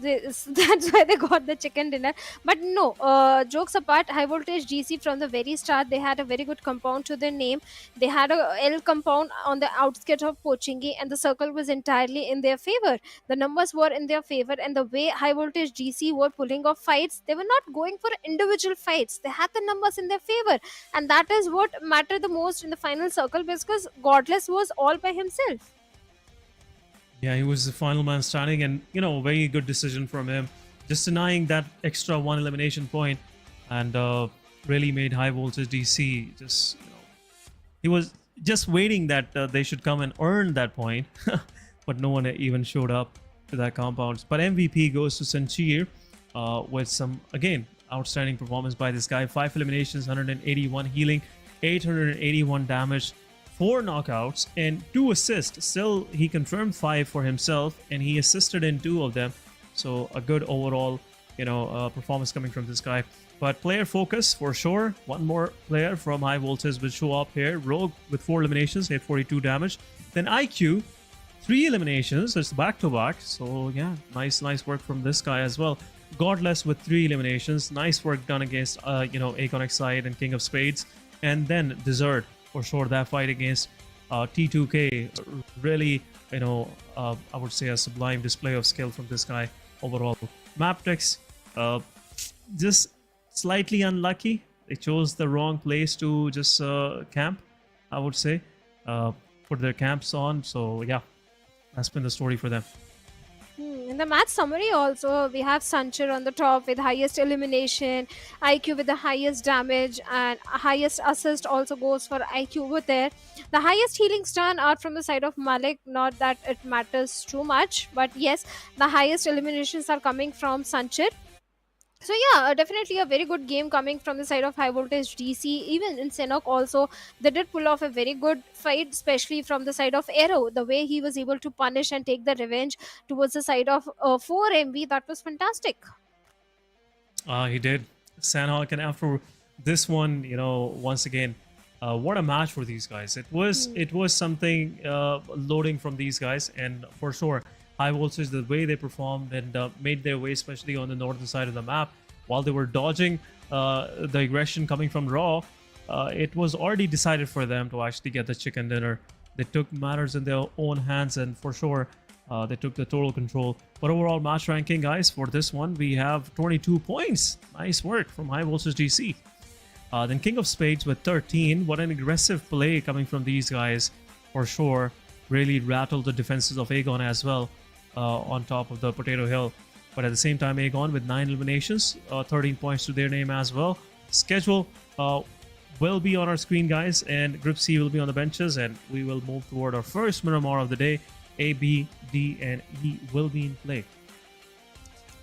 That means raw officials, IHC, Aganex I8 and TUF, they will be sitting out in this particular one. And Mabetex Esports, well, they will be playing. I have very high hopes in the map of Miramar from SKYLIGHTZ Gaming and Mabetex Esports, because in the last season, Mabetex was dominating whenever it came down to Miramar. SKYLIGHTZ, towards the end few days, they started dominating in the map of Miramar. So let's see how this map is going to go for both these teams. We'll see. Miramar, it's a total, different terrain. The only thing which comes to my mind every time I see Miramar is those ridge-to-ridge fights, close ridge fights, and it is really outstanding to see how these teams have, pretty much adapted themselves to this fact that most of the teams in South Asian region are aggressive. So let's deal with them with some utility, just keeping them a little far from you guys so they don't bring their DBSs in the action. And now, it's been all about utility. We have seen some astounding grenade usage by the side of 4MV in the Sanhok, even though in the previous match, the way Sky and Mabetex were using back and forth utility, it was pretty sublime. But overall, when we step into Miramar, it's always about some extensive circles, at the same time some heightened angles early on captured by the teams. So it's all about staying in the open and surviving, and gaining that confidence throughout the match to actually go into a ridge-to-ridge fight against the other team. Yeah, totally agreed. Like you mentioned, you have to very much aware of the topography whenever it comes down to Miramar, and the only counter to DBS is going to be those grenades and molotovs which are being flung over. And recently I have been witnessing some of the best Miramars where so many teams get eliminated just by the use of grenades. So yeah, and speaking of 4MV, last season it was only Doc who used to be the perfect golden hand guy with the perfect projectile of grenades. Looks like he has been giving classes to his teammates how to lob those perfect grenades, because then now the entire 4MV, I'm like, what just happened? They're not using their weapon at all. Not using their weapon at all. And even though this clearly shows the confidence, if you're just moving this way, you're just taking a utility in your hand and just playing totally on the hearing aid. So yeah, sure, it's really helping you, and sound cues are really playing a crucial role in the performance of 4MV. And even though Agon XI had been exercising the same thing in PMPL Pakistan, so the reason why these adaptations and these new style of play is really helping for Miracle Vibes, Agon XI, Stalwart Esports to stay on top. And also, I would include DRS as well. They've been pretty consistent, and utility usage is, pretty nice from them. But looking at the second page, guys, it's been slight changes happening. Agon XI are now in top 3. Stalwart Esports on the second page have made onto 11th spot, 50 points to their name. NBeSports with 48, 52 esports once again with the 47 total points. They are out of the hot waters for now. They don't have to worry about their qualification, but some of these teams on the second page are really struggling. I would mark HellRaisers, their first experience in South Asia Championship, and it's been 10 matches and their average is just depleting with every match, 1.7 so far. Not an average they want. They definitely want to see themselves at the top of the table. But right now, yes, the way High Voltage got a chicken dinner and managed to propel themselves in the top 3 showcases how volatile the point standing is right now. One chicken dinner and maybe you can be in the top 5. So yeah, all they need is just one good game, and that good game can be the game of Miramar. So maybe we can see strong comebacks happening in Miramar, but at the same time, it is one of those maps where you need all your 4 players, but this time the flight path is not being so generous for the teams who likes dropping in towards the side of La Cobreria. And definitely I don't want to be in the shoes of the team like 7th Element. I believe 7th Element likes going towards the side of Kempo Miltar. Yes, they like to go toward La Cobreria for sure. You said it right, or first, that you don't want to be in their shoes. And 7th Element right now, they have to find a vehicle. Otherwise, it will take them eternity to reach La Cobria. That's how far it is. But looking at this, plane line, it's just, it just happened more of southern and slightly eastern, not even considering, towns like Craterfield, El Pozo, Montenuevo. Montenuevo looks pretty far to me as well. Lantrela is somewhat in the reach, yeah, if you exit the plane somewhere close to Chumacera. But the rest of the map is pretty much out of the reach. But we'll see how the first circle will pop. And if the circle goes totally against the plane line, it will be some quick rotations coming from these guys on south, especially Stalwart Esports, SKYLIGHTZ Gaming. Pretty unusual to see Stalwart Esports, dropping down this south of the map. I'm not sure what they're thinking right now. They might be trying Tough's drop, as Tough is not there, so Chumacera is open for grabbing. Or maybe 4 Merkel is doing so. But 3x versus King of Spades is happening in Picado for the second time around. And early on, Ozefa strikes with the first elimination on King of Spades with some shotgun action. The rest of the Kings are pretty spread out. Only one player of King of Spades is in the red buildings. And that could be another victim of this aggression coming from the side of 3x Shadow. Oh, Rare, really walking on thin ice. He could have been knocked down, and yes, finally the shots are coming in from the side of Zen. Red did receive hefty damage, but for now he's safe. Thankfully, Zen doesn't have any grenade or Molotov. Otherwise, Red could have been a dead guy. For now, Zen, he's on the receiving end because the cover fire is coming from the side of Nice. Mamba. There is no helmet, 1 bullet on the head, and Zen will be taken down. But still, Zen is trying to retaliate. This is going to be an intense fight as Rare is trying to regroup with his teammates, and Zen is still keeping a close eye on to him. Yeah, it will be an interesting cross, I must say, if Zen stays here. No crossing for Rare, for sure. But SRX3X, now they know which side to strike first. But it could be a possibility where King of Spades Rare just give a rude awakening to Cairo as he's trying to over-aggress without his teammate support from the back. Ozefa with some loot now. Looks like King of Spades just waiting for this stalemate situation to start melting down. 3x might be feeling that they have an advantage, but it's just one player's advantage. It's a 4 versus 3 still. And one clutch, situation being pulled off by any of the players of King of Spades can make things going south for Team 3x. SRX 3x just scanning their close vicinity, just their immediate vicinity, and Ozefa might possibly spot Mamba. It's a slight pixel. His head is slightly popping out. Still, no luck for these guys. Another M4 for the team. Oh, M4 has always been the go-to weapon for the players, be it Sanhok, Erangel, or Miramar. But for now, the numbers advantage is definitely in the hands of 3x Esports. And 3x, they need those points, Ehsan. 1 finish point already in their favor, but they need more than 1 finish point. They need a chicken dinner if they want to see themselves in the top 16 and qualify for the grand finals. But right now, look at the position of Cairo. The perfect flank angle has been created, but looks like Rare might have a slight idea that one player could be coming in from the flank angle. If Rare is not aware about the position of Cairo, Rare can be taken down, and vice versa is also true. This is such a critical position for both these players.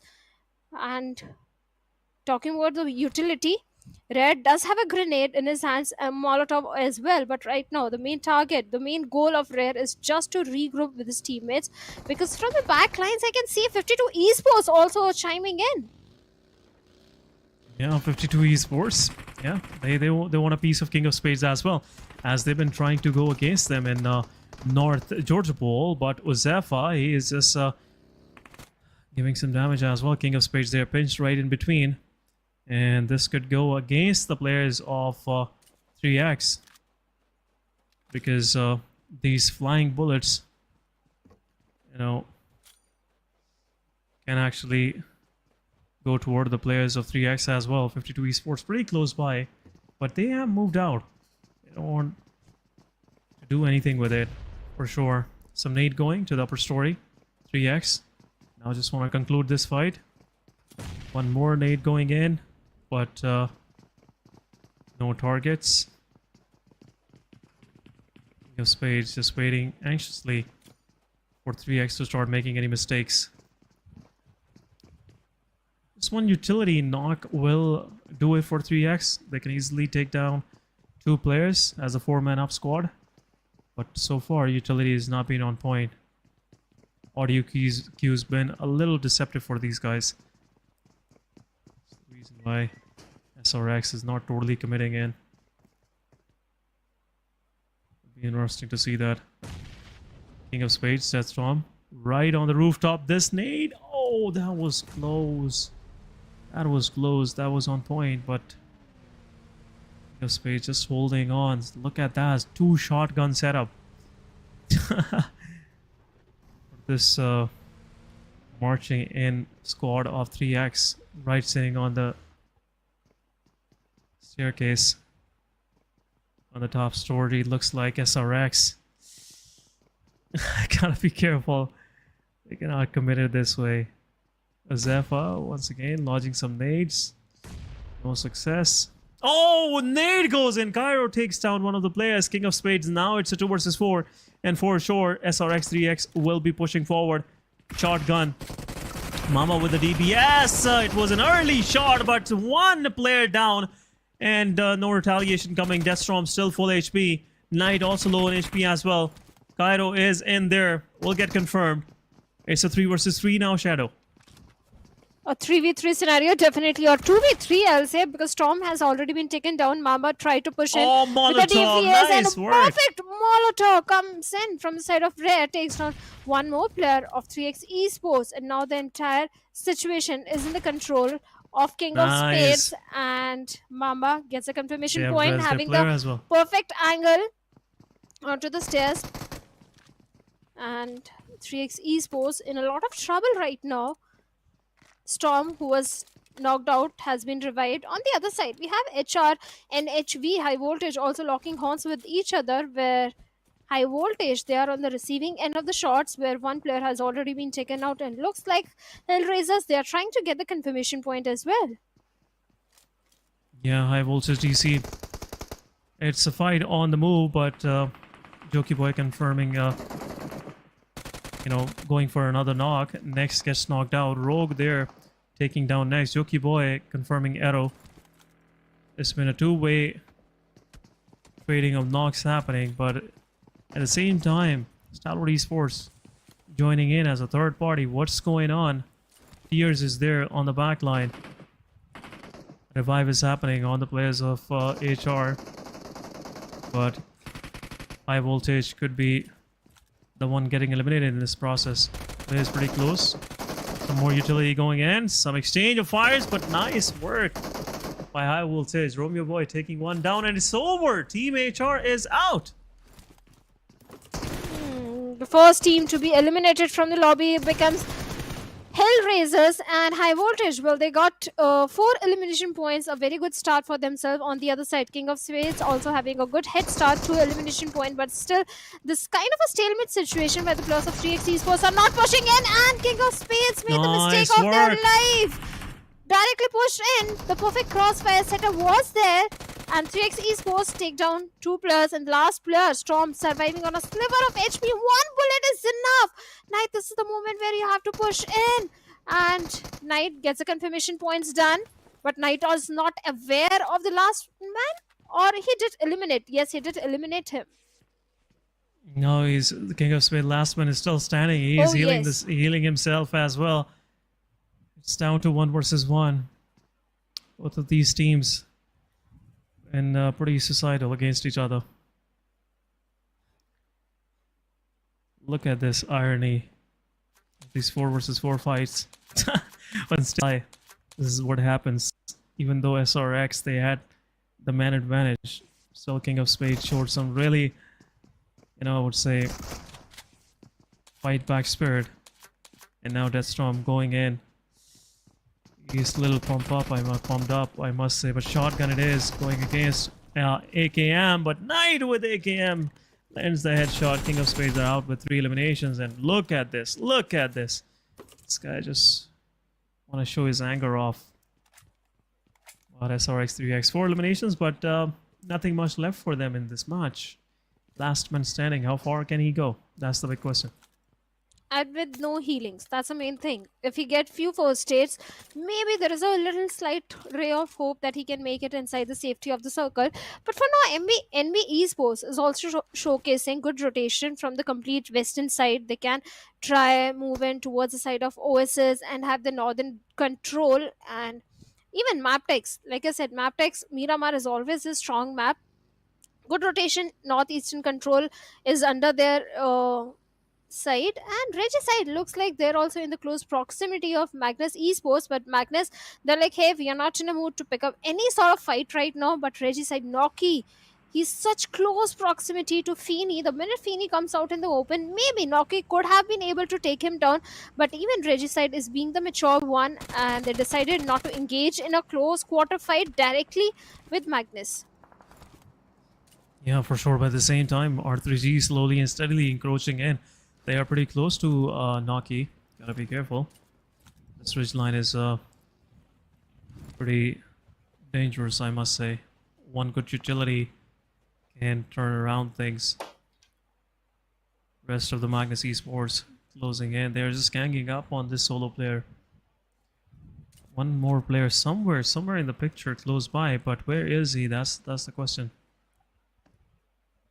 But Fenny, he won't be expecting Noki to have this angle on him, but shots, just dodging shots from Magnus.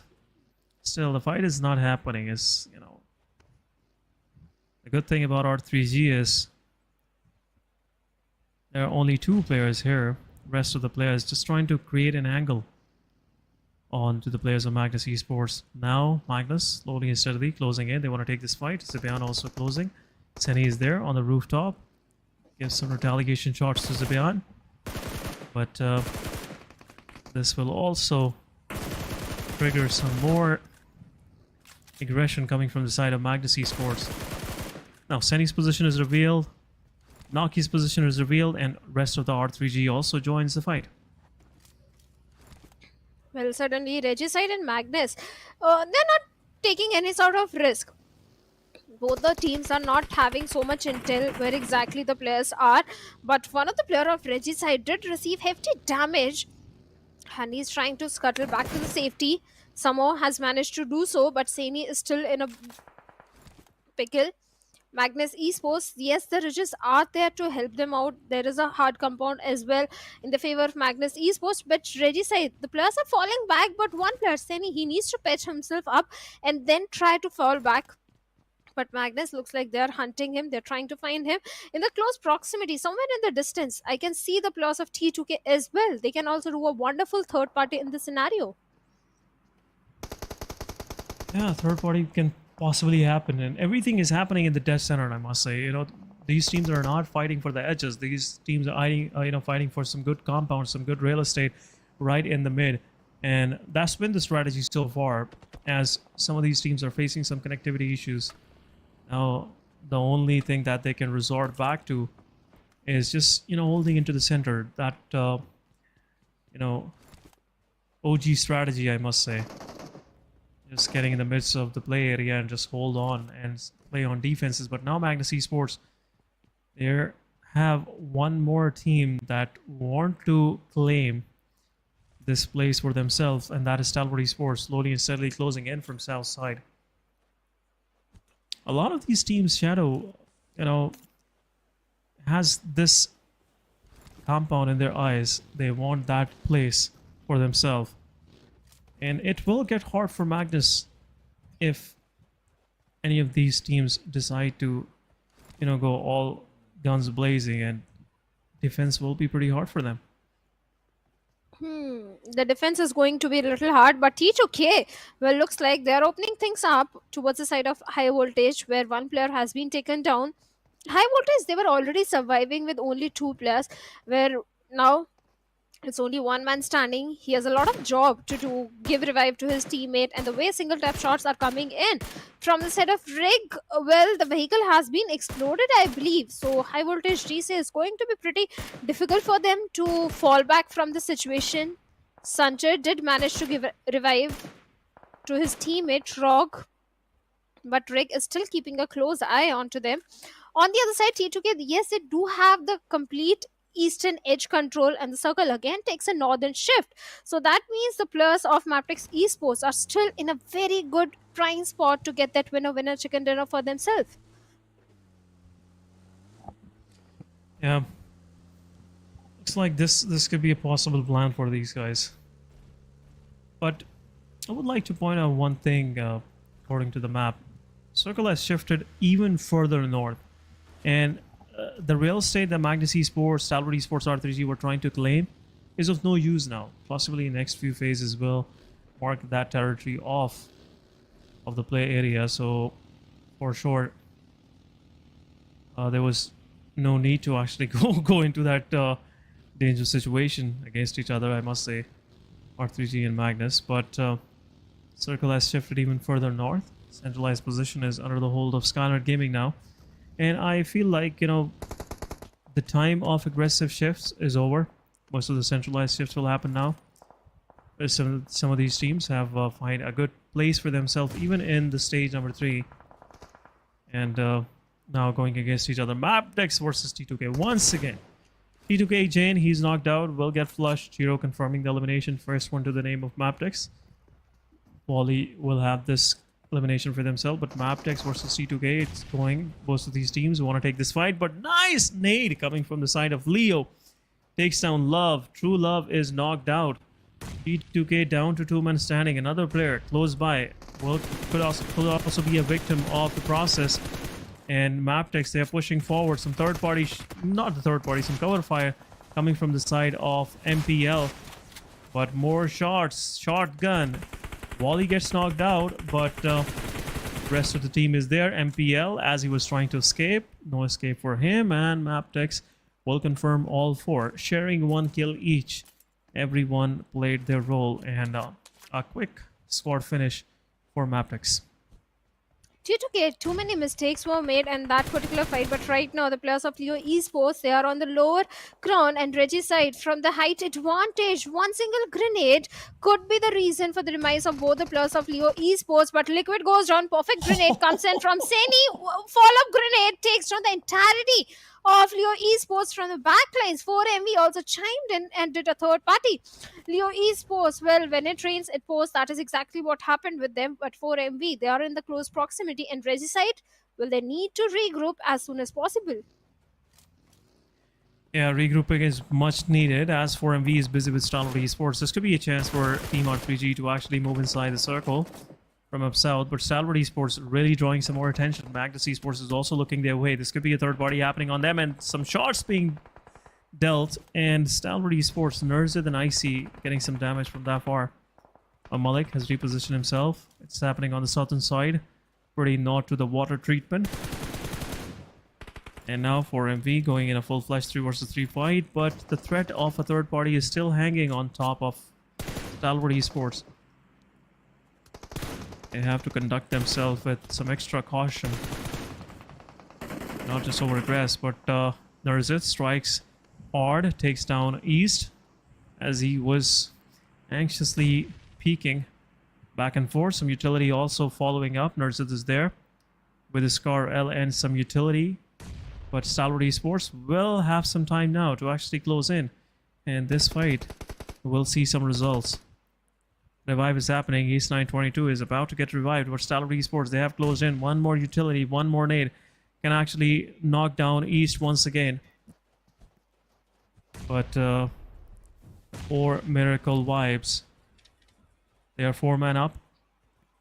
And now they can take this fight easily. Pretty spread it out. East could be the guy, be the victim, but they have knocked one of the players, and now East is pushing forward. Magnus joins in as well, and Stalwart Esports is getting third party. 4MV, they are aggressing forward, and this is some pressure exerted, and Stalwart Esports couldn't just hold on under this pressure. 4MV confirming the eliminations. 3 to their name. 1 goes to Magnus Esports. And 4MV takes down Stalwart Esports. The Giants are out of the lobby and we are left with 11 teams now. 11 teams and 38 plus remaining, and NBeSports, the way they are moving forward, maybe 52 esports and NBeSports can engage in a fight.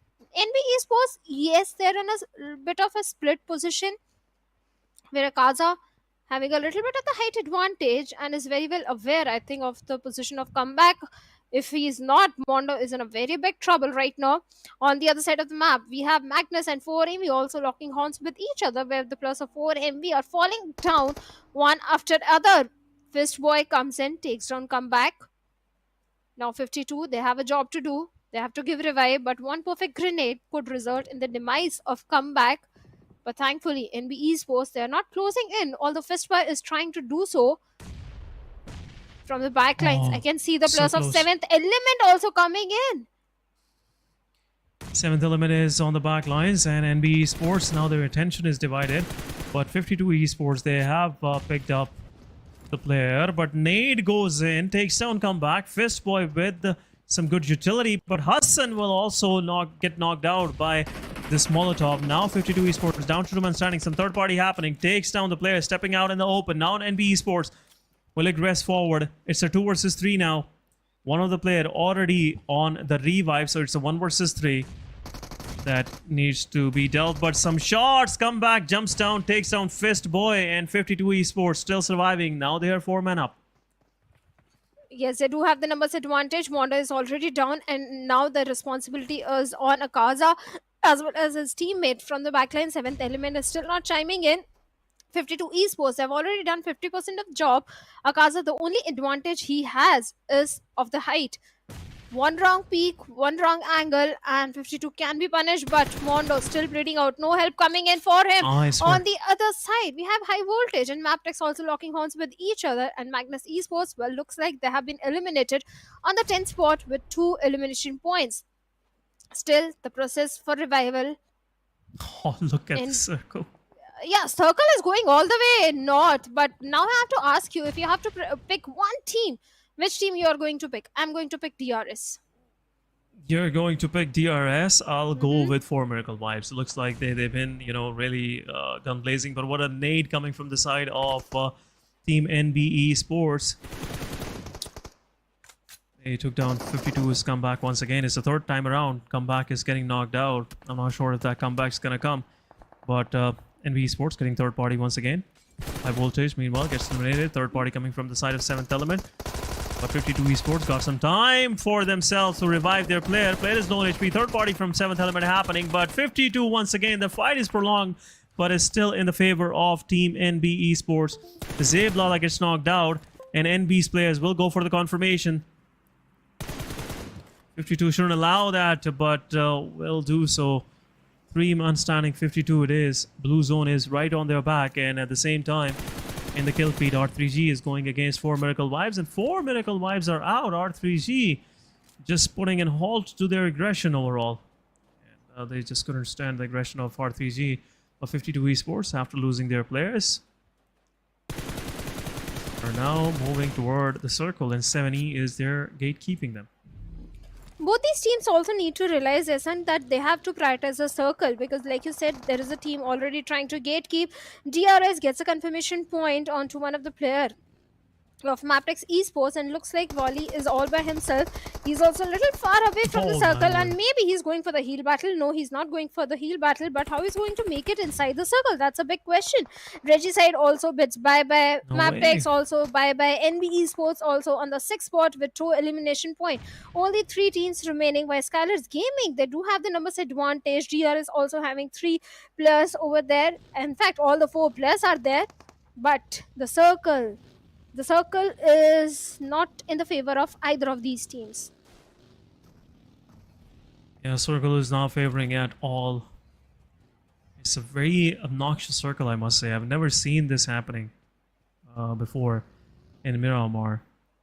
I didn't even see this new Oasis area for a long time. When it was new update in Miramar 2.0 a year back. That's the last time I visited there. Not on my vacations, for sure. That was a gameplay scenario, but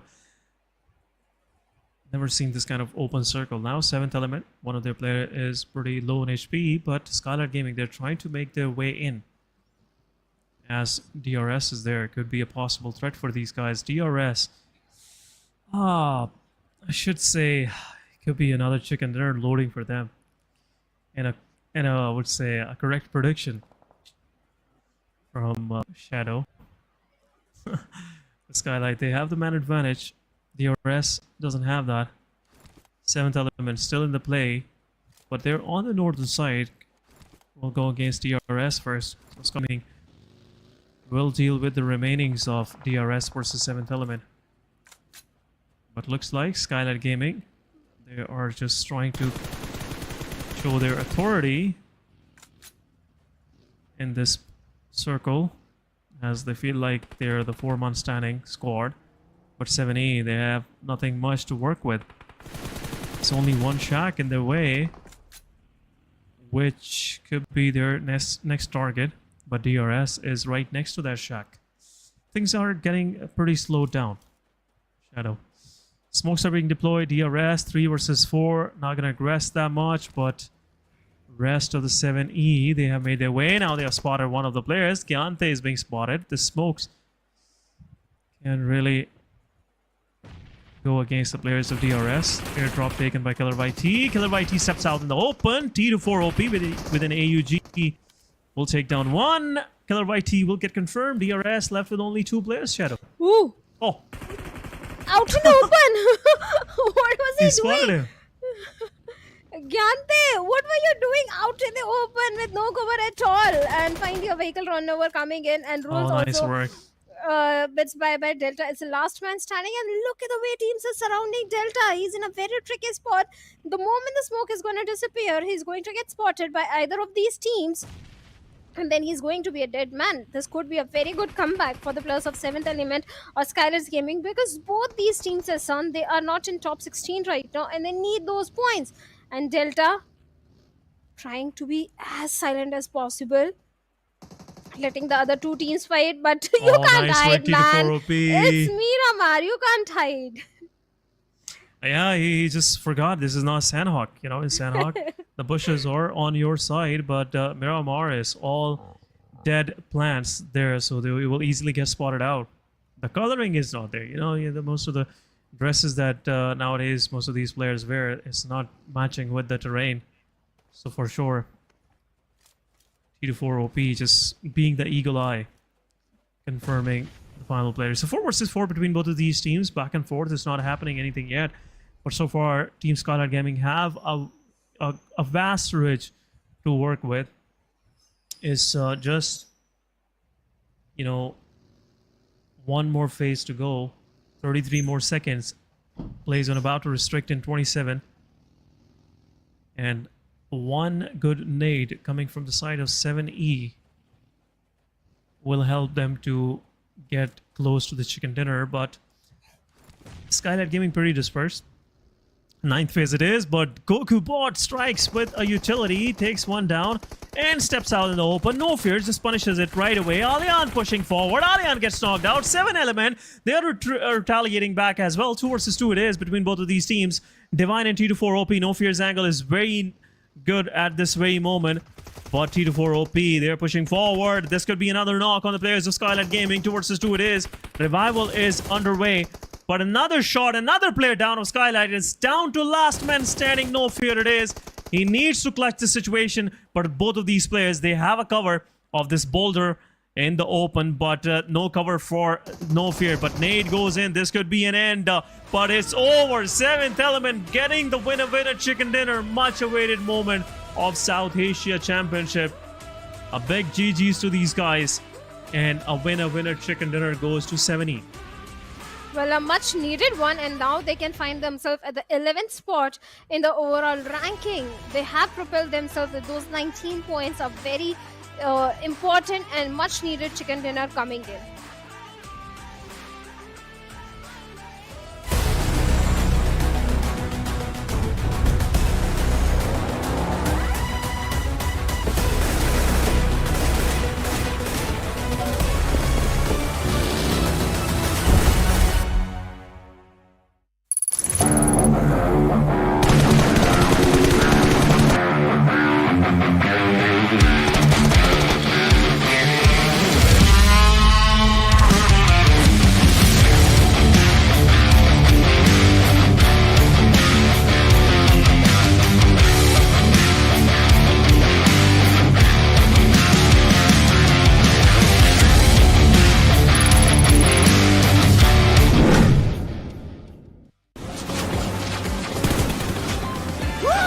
Welcome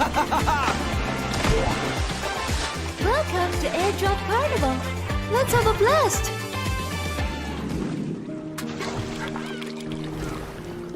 This is for you. Let's play together.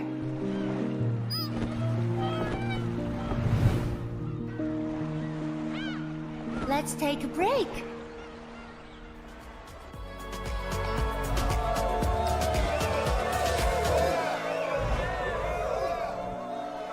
Watch me shine on stage.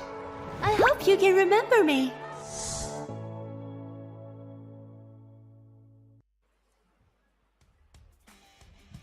Welcome back, guys. After this short break, PMPL South Asia Championship Fall 2023 is undergoing right now, and we have just finished our third match for League Stages Day 3.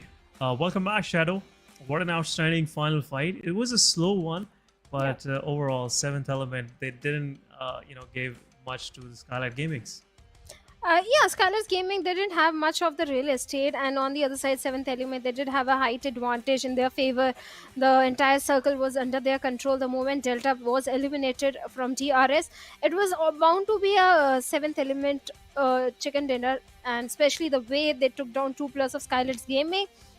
There was no chance for the last player to clutch a 1v3 against 7th Element in that situation. But 7th Element also came very close to getting a chicken dinner on the very first day in the last game of Erangel. They came on the second spot, but this time finally they get it. And I think they are in a safe spot to say that yes, for sure, they're moving into the grand finals. Yeah, for sure, because 7th Element, they played pretty well, especially I would say in the final few matches of day 1.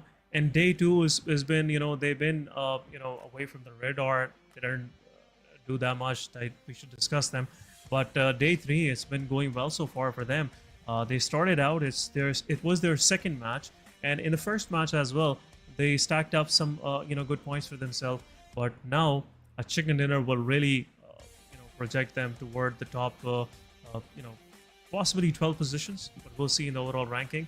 But before that, we'll move toward the MVP. Any wild guesses, Shadow, do you have for the MVP? Maybe someone from else cheat from 4MV East. Yeah, I have always been very good at cheating. Yeah, that's what she said as well. But MVP, that's been a lame joke. That's been a lame joke. I can understand. But MVP goes to East 922, 6 eliminations. Something coming to East for the first time. But 6 eliminations, 315 healing, 789, and 5 knockouts, 3 assists, and 22 minutes of survival. So a good overall match coming from the 4 Miracle Vibes. And again, I would say 4 Miracle Vibes, they've been a force to dealt with. They finished out Stalwart Esports, then they took a fight with Magnus, finished things there as well. Also took few of the players of R3G, as R3G was left down to last man standing. So they've been quite busy throughout this Miramar. But players in focus, SKYLIGHTZ Gaming's No Fear confirmed 2 eliminations in the final fight. 7th Element T24 OP really played a crucial role in the winning of his team, 3 eliminations. Apex 922, yeah, for sure. If you're gonna see one player from 4MV, there will be someone else there as well. But again, another good match coming from the side of Rogue. Outstanding, fight taken against Team HellRaisers, HR. Let's have a quick look at the match summary, Shadow. It's most of, I would say, 4 Miracle Vibes summary.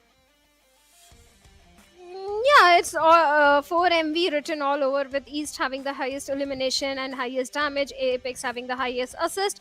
But look at the match ranking, 7th Element, they have got 19 total points, 9 elimination, a very aggressive gameplay coming in from their side. But 4MV, this time the circle was not benefiting 4MV at all. Still, they did manage to grab too many elimination points, 10 elims coming in, but just a single placement points. Had the circle won in the favor of 4MV, this could have been a chicken dinner for them. Even SKYLIGHTZ, they did manage to showcase a good performance in this one. And 4MV, they have propelled themselves by 3 positions, now sitting on the 3rd spot with 80 points. Even Mabetex Esports, they have taken a jump of 1 position, now sitting on the 8th spot with 70 points. Yeah, not much of the changes happening as Magnus Esports, IHC, Leo, and Aegon, they were sitting on the benches, just watching this action happening. But so far, it's been kind of, let's say, situation getting worse for the teams on the second page. We'll have a quick look. SRX3X, after winning their previous fight, now they have 26 points to their name. They are on 18th spot, not that far from Tough and HellRaisers. But right in front of them, it's R3G, just trying to find, something for themselves. 36 total points for them in 10 matches. The average is not going well so far. But 7th Element, after this chicken dinner, will jump 4 positions up. Starting from 15, now they're sitting on 11th with 55 points. Somewhere in a safe zone of qualification, I must say. There are still, 6 more matches for them to go, so they can actually pave their way toward the top 10 positions as well. But again, I'm really feeling for Regicide, SRX3X, Team Tough, and HellRaisers, because they've been struggling a lot. We can see, there is something missing in their fights, and they have to work on that as well. But quick look onto the schedule. Match number 14 is the next one. We'll play on Erangel once again, and Group B this time around is on the benches. It will be the last match for Group A, and another chance for Group A's teams to mark something for themselves on the board. At least, a top 3 finish, I would say. But Erangel it is. A very unique and a very, I would say, map which is pretty much, well versed by all of these teams. They know every nook and cranny of this map. That's the reason why watching Erangel every time is it gets very interesting, because you never know who wins. Yeah, last time also in the Erangel, I think IHC, they came very close to getting a chicken dinner for themselves. It all boils down to where the circle is going, if there is a hard shift coming in, and if the circle is benefiting you, if you have the perfect position, if you have the height advantage.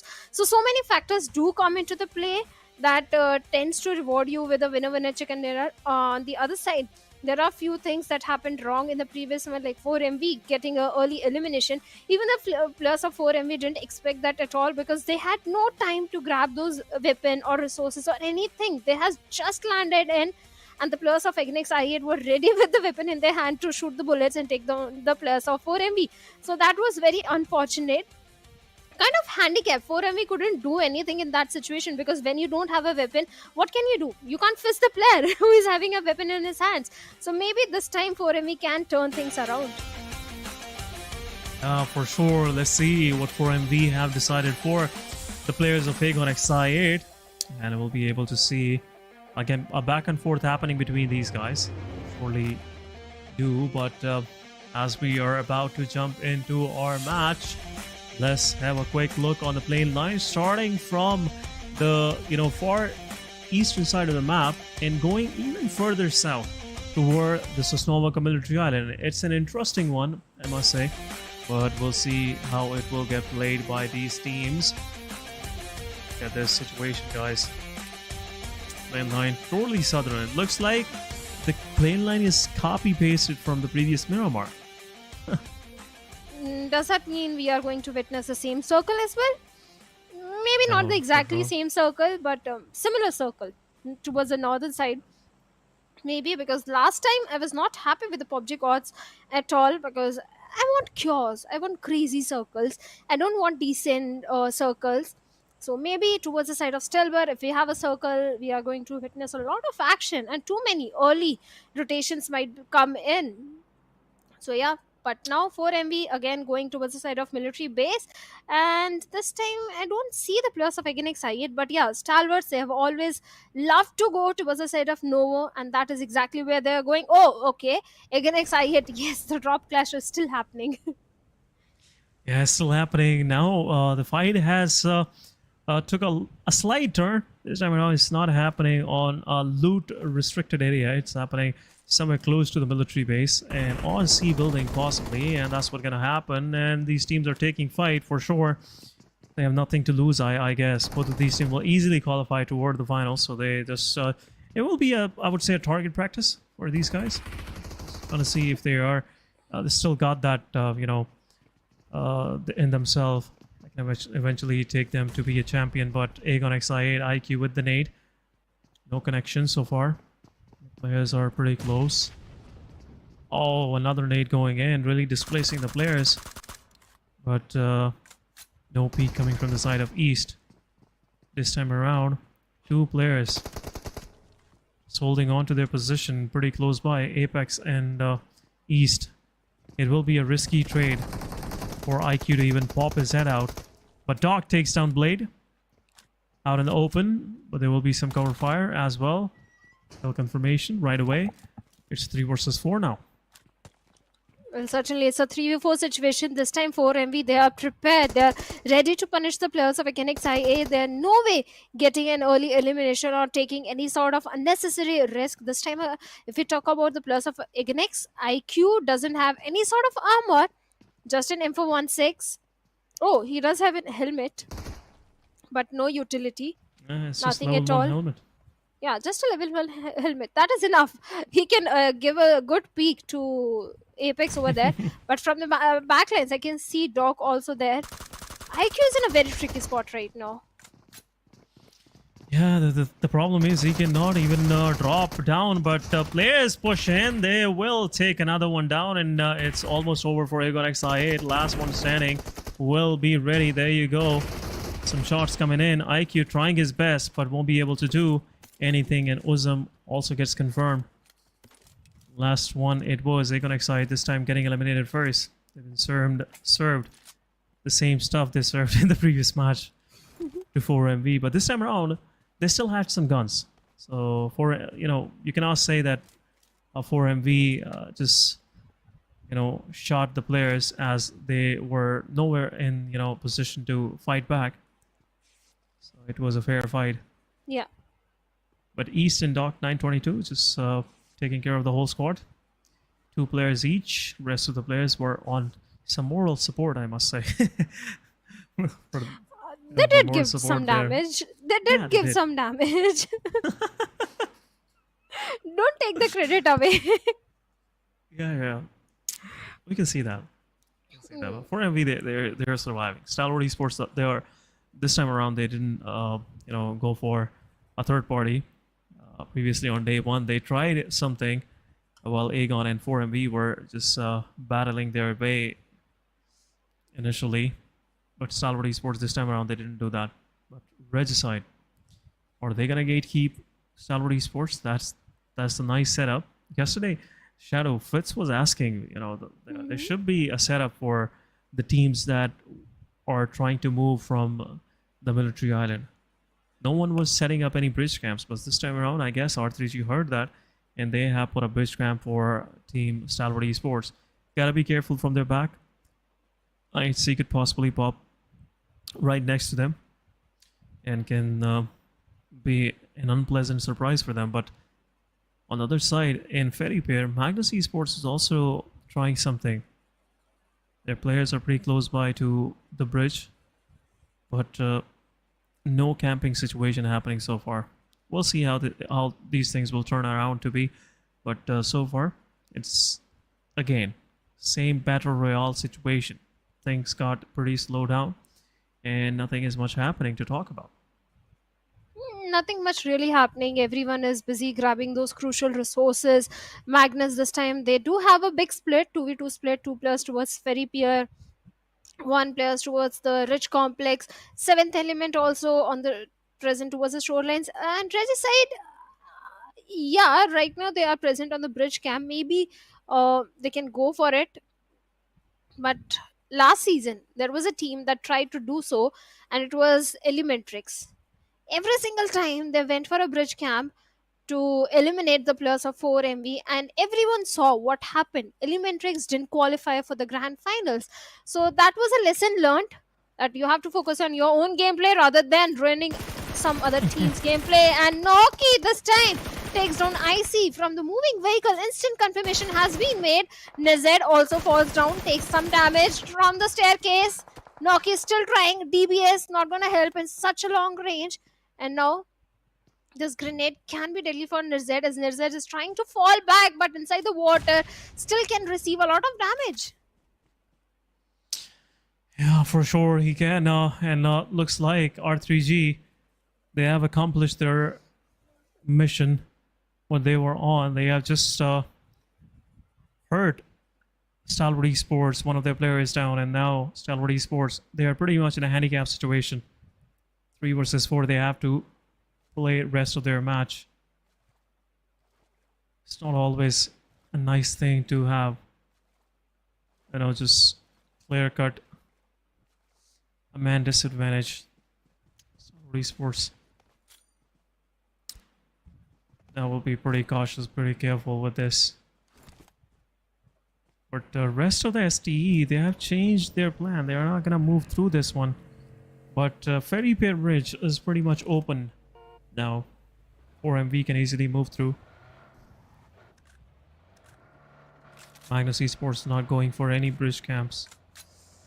It's not good to see that. I just want to see some more competitiveness coming from the guys, especially on the teams on the main island.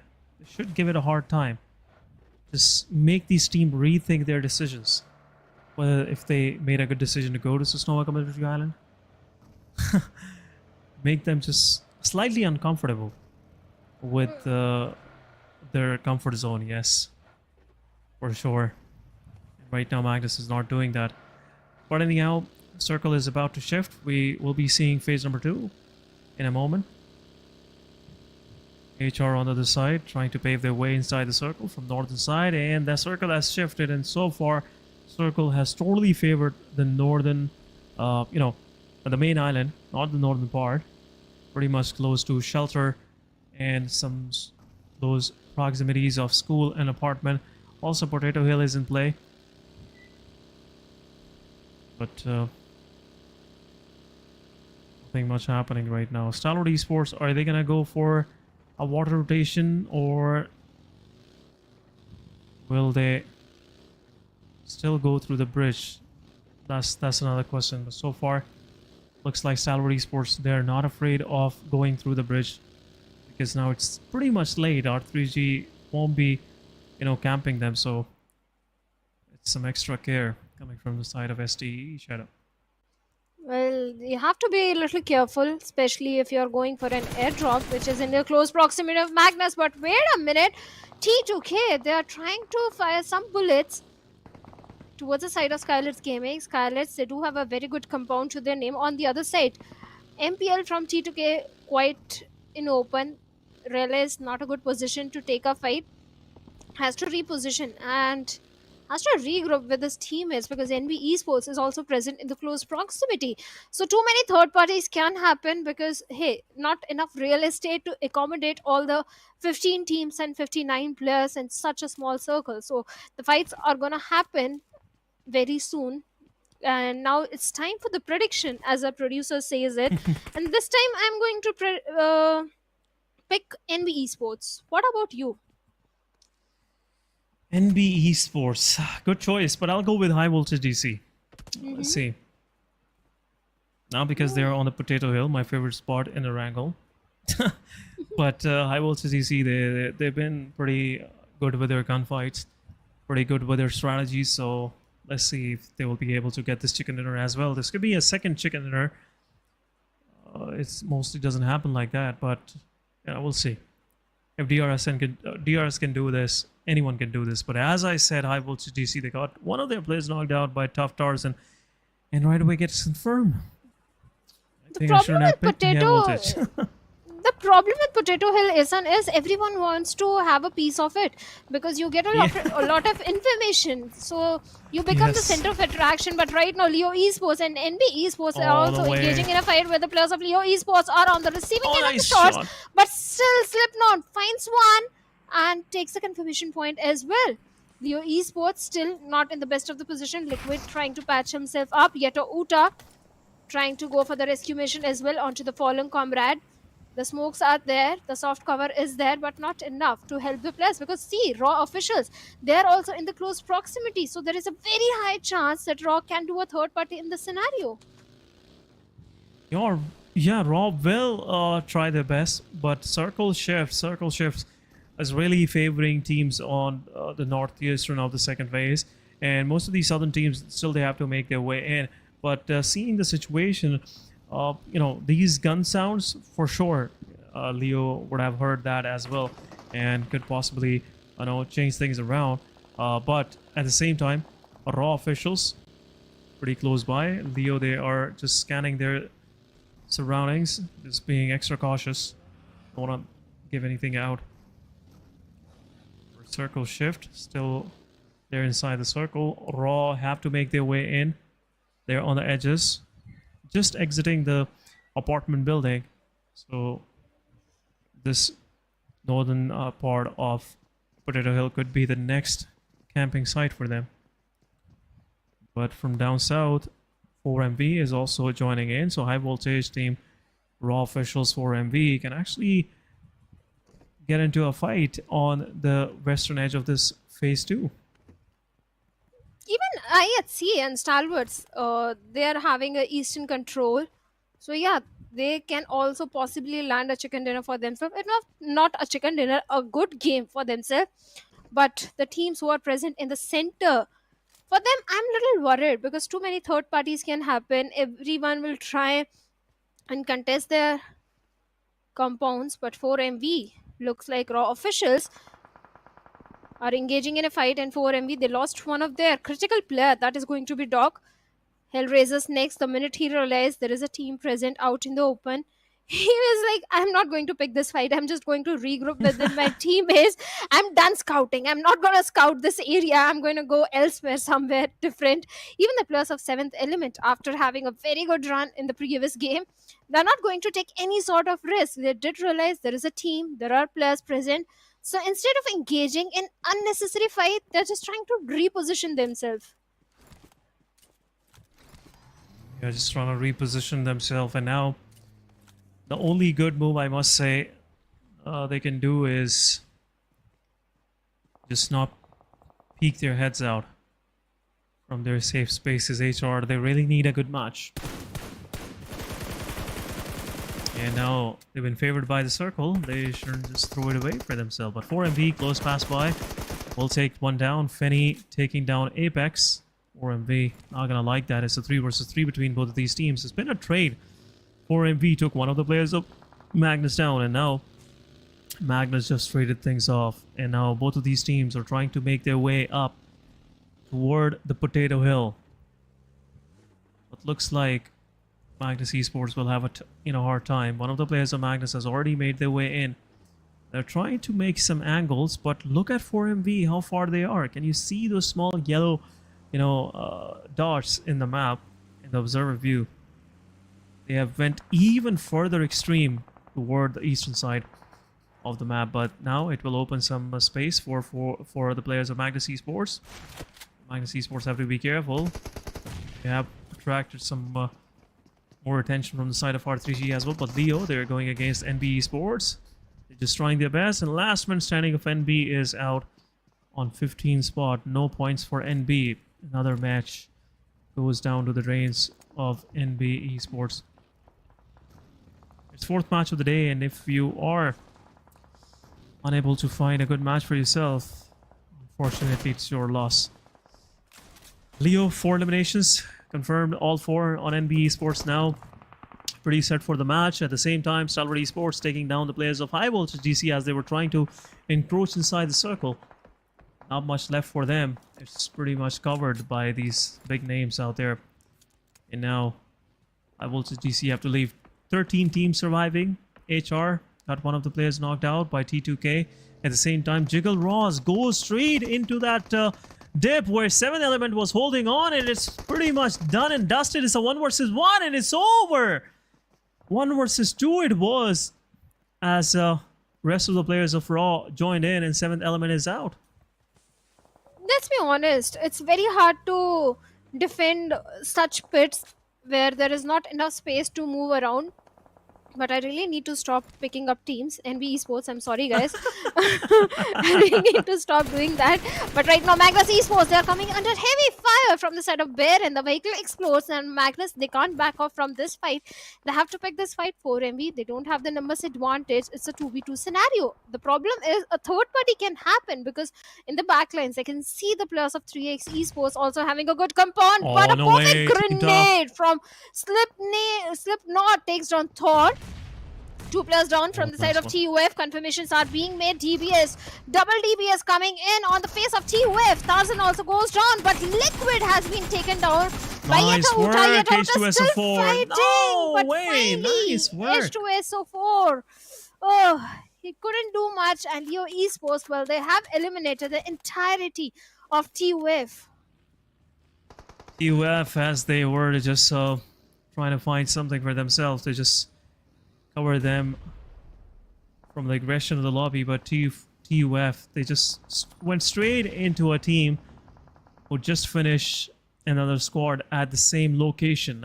Team Tough, didn't realize, but what a fight back coming from the side of H2SO4. Some utility knockouts. 2 of the players got knocked out, but rest of the Leo, they kept their composure and confirmed the final man standing. H2SO4 has been not that, I would say, acidic to Leo. Still 3 man standing. This team has some good momentum. Total of 8 eliminations. It's kind of a dream match for them, as most of these teams just imagine this kind of match for themselves. But SKYLIGHTZ Gaming, pretty close to the circle, have to take a fight with T2K. T2K 4 man standing as well. SKYLIGHTZ Gaming cannot go any further to their east because they will open up themselves to the crossfires of Leo, and at the same time will open up themselves toward raw officials. T2K, yes, they do have the numbers advantage, but they have to pick up fight with the plus of SKYLIGHTZ Gaming, as both these teams were trying to contest for the edge of the circle. Now T2K heading a little north, trying to take the northern control. But love from the side of T2K, definitely not showing love for the plus of SKYLIGHTZ Gaming. This grenade can be deadly for SKYLIGHTZ if locked to the perfection. But SKYLIGHTZ, look at them. The perfect usage of utility is coming from the other side. SKYLIGHTZ, they need a cover for themselves. So look at the amount of smoke which they have deployed on the other side. T2K is trying to stop SKYLIGHTZ in their tracks. The perfect carpet bombing is being done. But T2K, they are picking fights on the multiple fronts as STE. Nirzed also goes down, but this time through the hands of Zebian. So Magnus, they are coming under heavy fire from 2 different directions. SKYLIGHTZ Gaming, they are still on the periphery of the circle. And Leo, well, they're 4 MV. Did they get eliminated? Yes, 4 MV. They have been eliminated. Yep. As 3x was trying to make their way inside the circle, it was the only 2 man standing squad, or I would say duo. 4MV was there, so they had to clear that out. But T2K Love is taking one of the players of SG down, and at the same time R3G going against Team Leo, the dominators so far. Yetauta is confirmed. R3G, as they were trying to make their way in, or I would say Leo was trying to find a safe space for themselves, but R3G, 2 of their players are knocked out. Yetauta with the utility, he's trying to find themselves something for themselves, but SG also joined in. R3G will have some time to rest their player up, but Liquid is there. Nova X gets confirmed by No Fear, but a third party happening as well. Roshan gets knocked out. Nirzed on the other side takes down the player, but a nade will go in, take down Vaz for the second time around, but player's location is revealed. Roshan is there. Magnus Esports, meanwhile, gets eliminated by SRX 3x. Nice work by SRX, but now it's time. But a push coming from the side of SG. Last man standing of 3x, healing himself up top, and it will be over. Just over. 3 eliminations to No Fear, just leading the charge, and SKYLIGHTZ Gaming have 3 points for themselves and a safe space on the edges of the circle. And a good compound as well. On the other side, Stalwart, they were pretty much stuck. A single grenade from the side of Zeol marks the end of Stalwart Esports in this particular game with just 1 elimination point. Even the players of 3x Esports, they are pretty much pinned down in that shack area. Godless with that Info 16 spray. Can he take down 1 player? But the damage, well, it's only on the vehicle. The players are safe, but finally, One of the player of 3x Esports takes hefty damage, but the knock has not been made. 3x players are still safe, but this grenade from the side of Demo can be so very deadly. Multiple knocks can come nice in, work, but a Shamir. retaliation grenade came from the side of 3x, takes down Demo. Nice work, nice work, nice work. So far, Team IHC and R3X, both of these sides, been trading some knocks for each other, but smokes are being deployed. IHC want to take this fight from close, as their only way in is through 3x. 3x realizing they have took down one of the players. It's a 3 versus 4 now for them, but at the same time, T2K, they will obviously see this from that far, but Godless with the utility takes down Ozefa. At the same time, HRTS takes down Knight. Team 3x under constant fire from two side, and now looks like there will be another confirmation coming in. Team SRX, they are falling like flies right now. SRX has nothing much left as he was away from this shack, and now IHC, they're pushing forward. Third party happening as well. Godless getting some damage from far away, and a nade coming from the side of Shamir will confirm another one. And IHC at the back lines, they are rezzing their players. This will buy some time to the player of SRX 3x as well to res his player. One of his fallen comrades is IGL Cairo, but at the same time, Team SRX 3x, the smokes will indicate their position, and once IHC is done with the revivals, with the resetting, they will definitely go heads on toward this tree and will confirm. But third party happening, still IHC under immense amount of damage, immense amount of pressure as well. But Shami, he is going forward. Want to confirm some elimination. He is still unaware of the position of Demo. Smokes are there. Smokes is denying the the vision. But at the same time, Cairo fights back. But IHC strikes hard, and SRX is out on 6th position. Nice work. 3x still going to make it even further. IHC still surviving. 2 of the players are knocked out. 1 gets confirmed. 1 of the player also will be picked as well. But HR, they have made it to top 5. They have no eliminations so far. Still getting a lot of damage from that far, and now they are pretty much on the edges. Well, the team right in the dead smack center, in the epicenter, they are being so very silent. Look at the players of Raw officials. In all this commotion, they are not making any sort of noise. But HellRaisers, they're aware about the position of Raw. So Ron, need to be careful. Talking about HellRaisers, well, they need those points. They are right at the bottom of the leaderboard, and one good game can propel themselves, and the chances of them coming in the top 16 might increase a little bit. But Nima from the side of SKYLIGHTZ Gaming, all by himself, his teammates are a little far away. If a knock comes onto Nima, I don't think it's going to be an easy revival for him.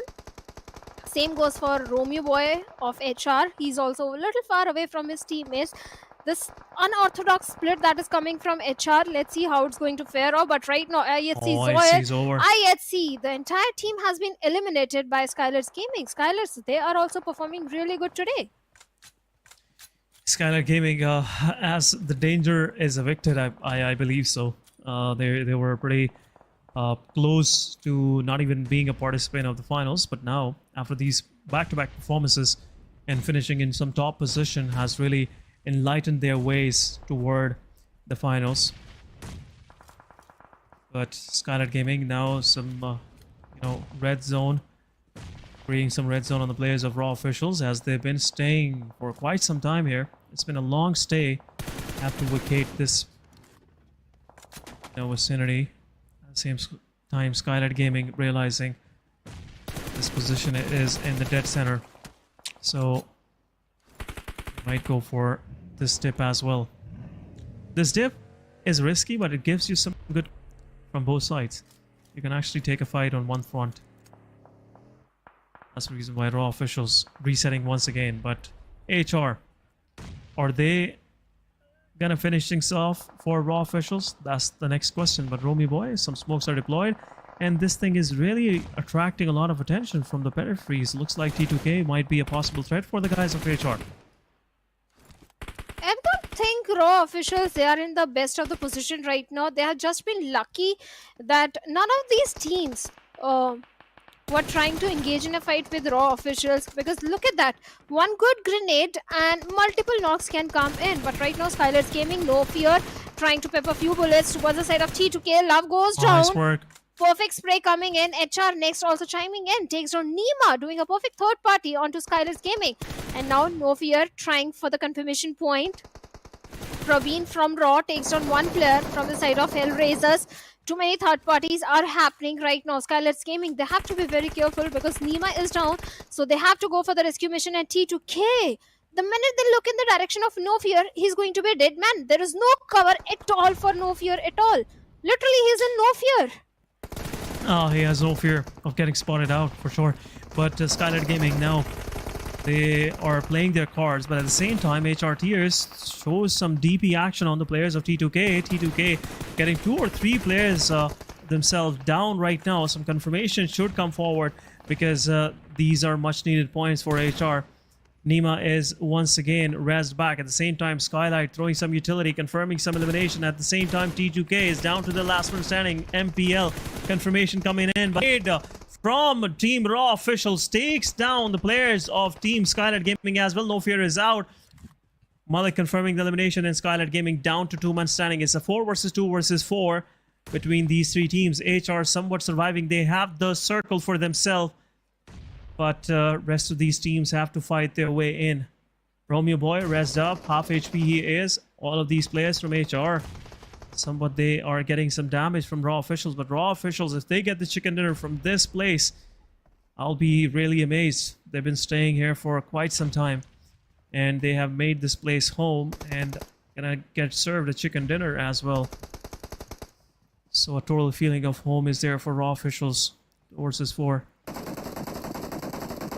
All trying to find something for themselves. They cannot over Peak Shadow. That's the problem. I question their position, but still, I think the stars are perfectly aligned because this position is giving so much advantage to Raw officials.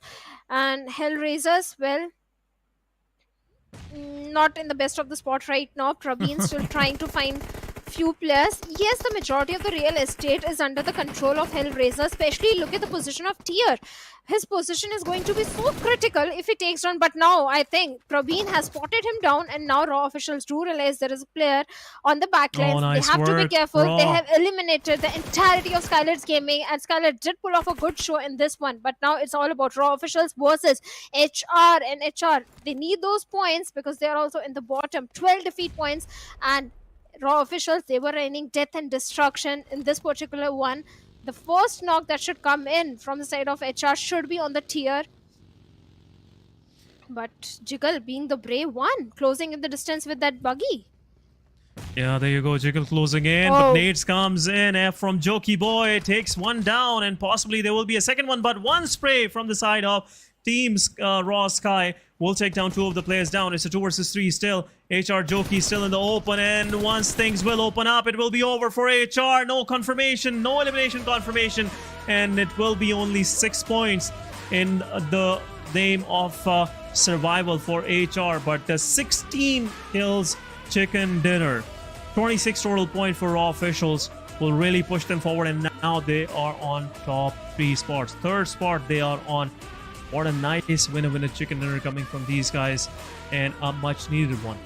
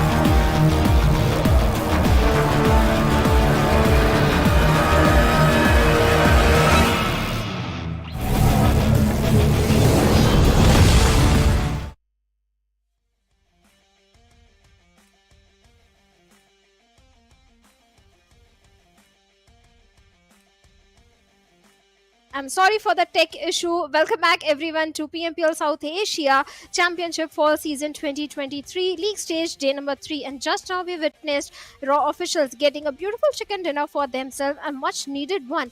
At the start of the day they were somewhere on the 10th position in the overall ranking, but now they're already in the top 5. So yes, a much needed chicken dinner came from the side of Raw officials. They were holding a little pit for a very long time and was shocked to see no one tried to contest them, no one tried to fight with them. They were being so silent, and finally the patience did pay off in terms of that chicken dinner. But speaking of one other team also, that is going to be HellRaisers. They needed those points. They were at the bottom of the overall ranking at the start of the day and coming on the second spot. Yes, the position points are there. I'm not sure how many elimination points, but last I saw, yes, they do have good elimination points as well. So HellRaisers, they have also propelled themselves up in the overall ranking. And like Ehsan mentioned at the start of the day, that these teams have total 8 games, and now few of the teams have only 4 games remaining. One group is having 5 games remaining, not too many games in their hands. So at this point, definitely today is the day when comeback should be coming in. But talking about the MVP, it is going to be Sky from the side of Raw officials, and my co-caster Ehsan is also back. Hi Ehsan. Thank you so much. Thank you so much, Shadow. What an amazing match coming from the side of Raw officials, as we were pretty, I would say criticizing of that dip where Team Raw had their camps, but they took a chicken dinner from that same place. So they really proved us slightly wrong, not that wrong, because we're still right. But anyhow, in focus, Sky with 8 eliminations, Malik with 6 eliminations. So they've really been stacking some eliminations there.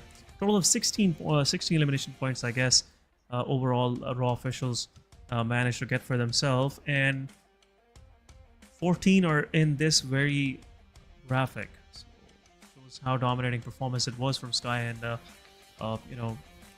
Malik.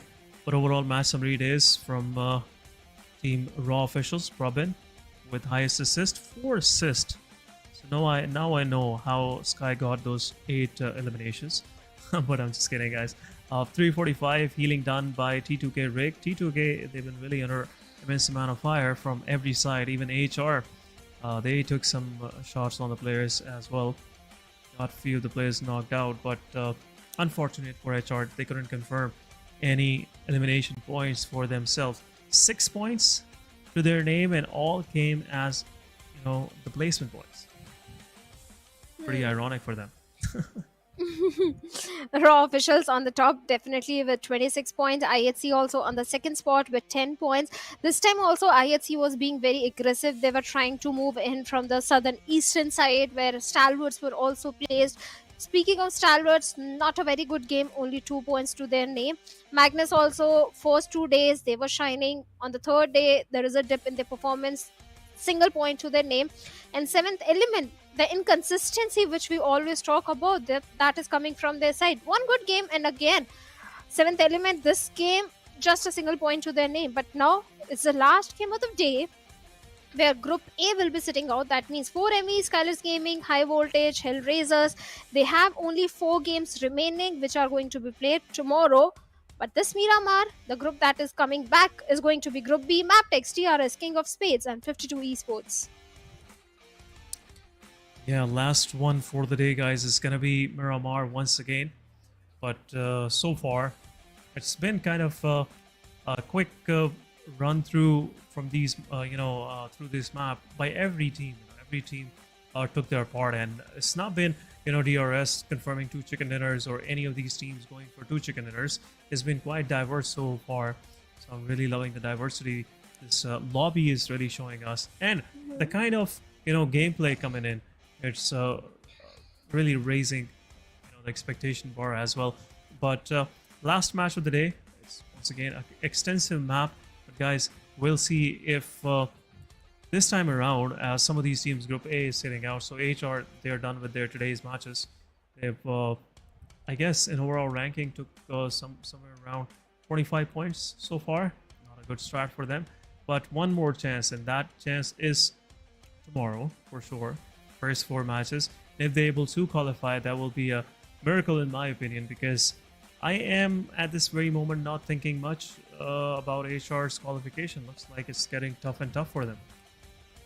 It's difficult, but not impossible.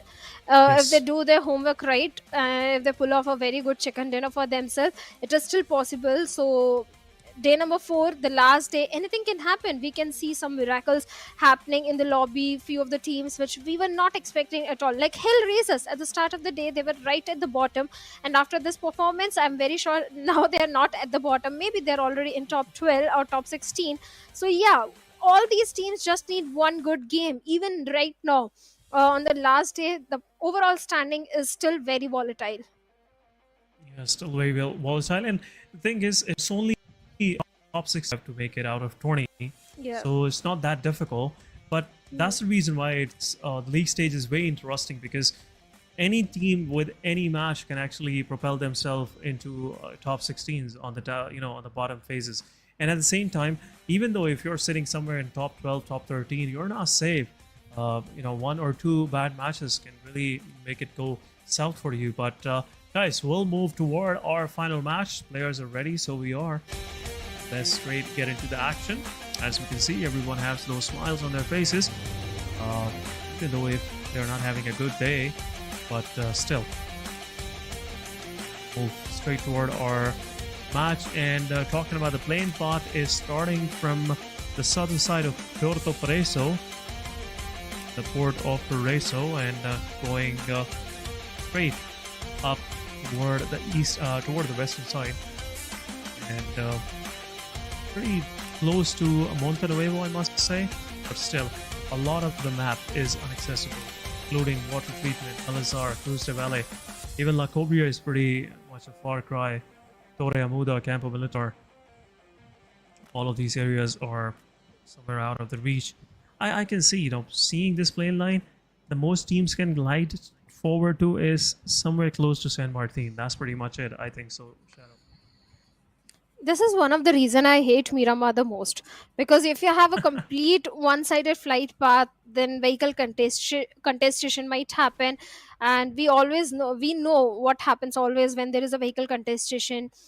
Few teams lose their player, or few early eliminations can come in.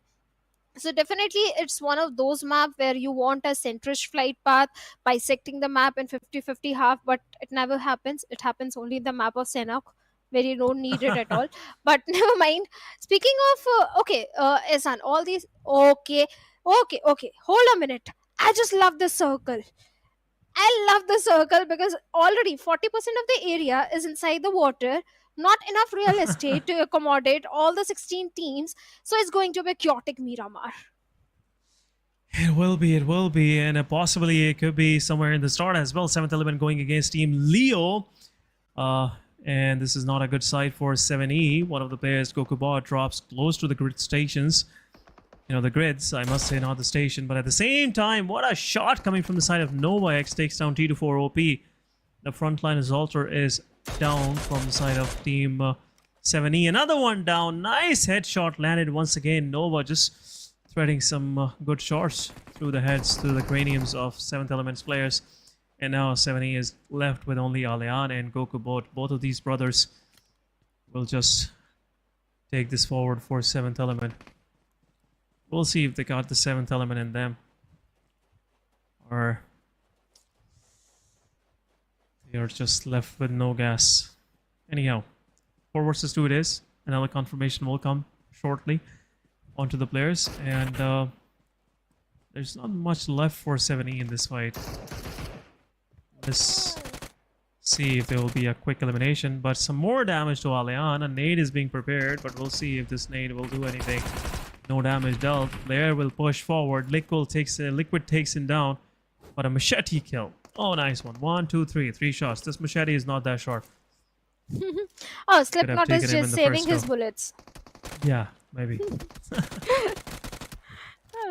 And Goku, well, with that UMP 45, like you said, not much can be done in this situation. 7th element, again, okay, that hurts. That hurts really bad. But yeah, this is something I have an issue with, the inconsistencies which come in. If Seventh Element had Yeah, two avoided matches this back to drop back. fight, yeah, back to back 2 matches, you're not getting any point, either 1 or 0 points after getting a chicken dinner. If Seventh Element had gone for those average position points, also 2, 3, or 5 position points, they were enough for them to sustain in top 12.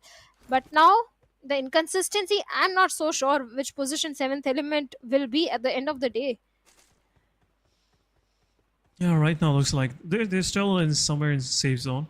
They will be qualifying for the finals. That's for sure. These guys been the second runner-ups for PMPL Pakistan. So I'm pretty hopeful they will bounce back. But as you said, the inconsistency, it really hurts. It's been kind of a downhill for them so far. Seventh Element, if they get one chicken dinner for themselves, after that, 2 matches, 2 chances, pretty much wasted, I must say. But kill feed, Aegon Excite going against Mabetex. Wally is down. Where is it happening actually? It's happening on the southern part of Los Leones. Blade and Wally just exchanging some words before his departure. But Aegon, they have stepped out of their comfort zone, their comfort area of the North Los Leones. But at the same time, Leo shuts down IQ as he was speaking too much. I didn't like his face, I must say. That's the reason why. But it will buy some time for Mabetex to reposition themselves. Just avoid this fear of getting surrounded by Aegon XI8. As the kill confirmation would have came. For sure, Mabetex have realized they are going against Aegon XI8. Follock is there. Going into a 1v2. Well, for sure, we'll try to revive his player as well. Playing the kill feed, 52 Esports going against Stalwart Esports. And 52 losing 2 players in just an instance. One of the player knocked himself by falling down on the other side. Regicide and Leo are also locking horns with each other. Mabetex Esports, they do have an advantage in this position because look at Blade. He's on a very low HP. Mabetex, they have the height advantage. And in the map of Miramar, if you have a height advantage, 50% of job is already done. Yet Uta, as per the finish feed, gets a confirmation onto Noki of Regicide. Regicide, I don't know what happens to this team in SAC, because in the Pakistan PMPL, they always tend to perform so good.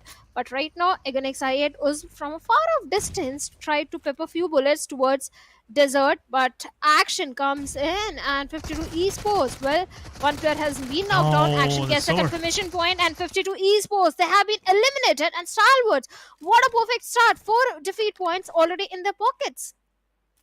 Yeah, 4 good points, and I see with a domination spree, total of 3 eliminations. Grenadier goes to Action, so 2 titles in 1 fight. Nice work by Team Stalwart Esports. But anyhow, the fight, the much-awaited fight, Aegon XI8 going against Magnus Esports, is the fight of heights. So anyone with a weak heart shouldn't watch this one happening. On this front, Aegon XI8, 3 of the players will take on to the 3 players of Mabetex. Usam on the back lines, just taking care of anything that might be out of syllabus, coming out of the textbook situation. So he will be taking care of that. But Usam getting some chip damage.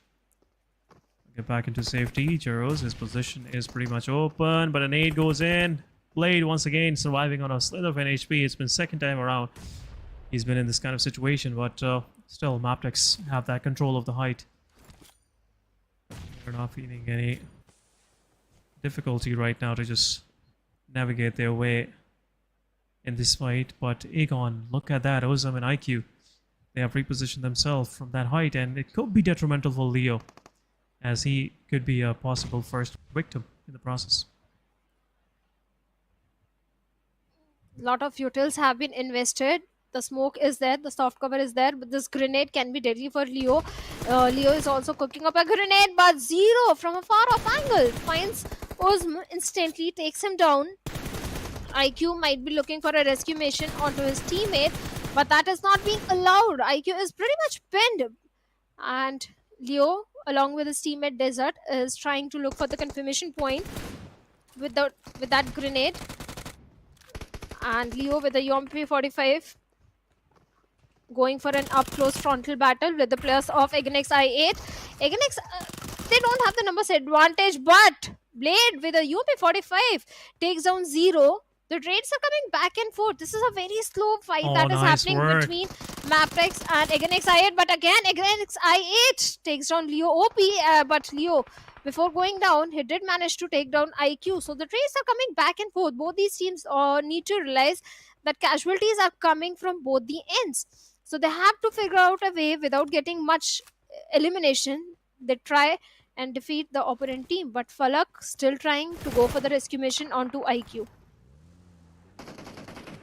He will get raised up. It will be a 3 versus 1. And once IQ gets raised up, now the finding dessert mission is initiated. Dessert repositioning himself, trying to make it somewhere safe where he can actually take a fight heads on with his DBS. DBS is ready. Players are up high. Some shots being delivered, but headshot connected by Blade is over. Magnus Esports getting eliminated on 14th spot. A quick finish from the side of Aegon. Got 4 points for themselves and only on loss of their IGL Uzum. Aegon excited 4 points early on. Could be a possible good match for them. But we'll see how far they can go with this kind of early momentum. But this is Shadow my theory. If you lose even a single player in your first fight, you're pretty much done with your match. Even though in your next fight you will be on a disadvantage. You will be taking a 3v4.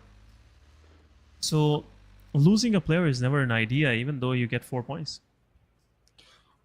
Yes, I do agree, but if you're getting 4 finish points and a good start by losing one player, absolutely agreed. You should always engage in a fight where without suffering any casualty you try and eliminate the opponent. But this was kind of a forced fight and it was impossible to back off from it. So Aganex I8, they had to bite the bullet in this scenario. For now, speaking of other teams as well, from the northern end, DRS is also chiming in, trying to potentially look for a northern dominant control. But speaking of IHC might be in a cluster of teams where we have raw officials. And mind you, Ehsan, raw officials also tend to perform really good in the map of Miramar, because in the last season, raw officials, the best performance from this team came in the map of Miramar, all the Miramars. Yep. Raw officials, even though talking about Miramar, they're still doing pretty well in the Erangel. So yeah, I am really happy to see the way they have adapted themselves, even though in the other maps as well. But yeah, for sure, some of these teams, they have some favorite maps, some favorite pickings, and Raw right now could be in a possible situation of winning this one. But as the predictions are on our screen, let's go with it, and I would pick team Stalwart Esports this time around. I don't want to see them getting taken down by T2K, but Stalwart Esports is it is for my side. I don't know why my producer is forcing me to predict the team. I'm sorry, T2K, but my pick is going to be T2K this time. So, although T2K Miramar is not their one of the strongest map, but still considering the position as they have the control of the center, maybe it can be a good game for them or for the plus of Raw officials as well. I'm sorry, Raw, I took your name as well. But speaking of DRS, they are going for a very long rotation from the eastern side. DRS last season, the most of the times they used to come from the northern end, but this time they're coming from the eastern side. They're playing edge to edge. That has always been the approach of DRS. They never contest for the center. They always play from the edges, and that is how they try and dominate in every single map, except for Sanhok. Sanhok is one of their strong suits. Yeah, Sanhok is pretty unpredictable. I would never say it's a favorite map or our team is strong on that map. It's just the only thing that is strong on Sanhok is the blue zone, which is, I would say, the enemy of everyone. Never the 17th team differentiates between anyone. Yeah, for every team, yes. Never differentiates, always pretty focused on eliminating the players. Or, yeah, that's what is very strong in Sanhok. It's a very obnoxious map. I really don't like the way Sanhok is, but it's not gonna change anything about Sanhok, even though if I hate it or not. But so far, Circle has shifted slightly northern, just leaving out most of the water bit and moving totally toward the lane, toward the land, not the lane for sure. I was just getting out of my lane. But King of Spades, they're marking their territory now. Let's see if the Kings will be able to establish their kingdom on the southern side, as R3G could be an imminent threat. A possible threat, I must say, as they are trying to encroach, trying to make their way in. Regicide could be a force to dealt with, but right now the height advantage is with King of Spades. So still I'm unsure which side this whole situation will go. Now look at Deathstorm position. He has what is needed for the fight, the intel, the information, and the possible information, so the teams can take the covers. But what is Waz even trying to do? He's just flying his vehicle right, left, center, his supercar. He's just waiting for the players of Regicide to come at such a position where if he fires a bullet, a knock comes in and he can convert it into a finish point.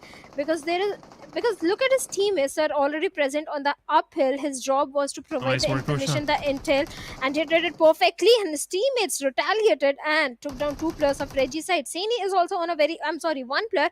Saini was on a very low HP. I thought he was knocked out, but now Regicide also going for a close frontal battle. They have to be careful of the grenades that might come in out of the flank angles. But this time, Mama with the drop shot takes down 1 player. Can he take down the second one as well? Both the players on a very low HP. A clutch might be coming in. It's almost done. And Regicide, they bite the dust on the 13th spot with just a single elimination. And Mamba, a very good clutch coming in from this particular lad. Yeah. Just took care of everything. Yeah. The bill of lading is served, and King of Spade got this property for themselves. 3 good kills and an AWM. We'll see if it will be put to any use, but look at this. Where King of Spade is trying to go. As they're moving any further, they will straight go toward the players of 3X. Pretty separated King of Spades are now, but where actually this player of King of Spades is trying to go right now, pretty close to him is Ozefa from SRX 3X.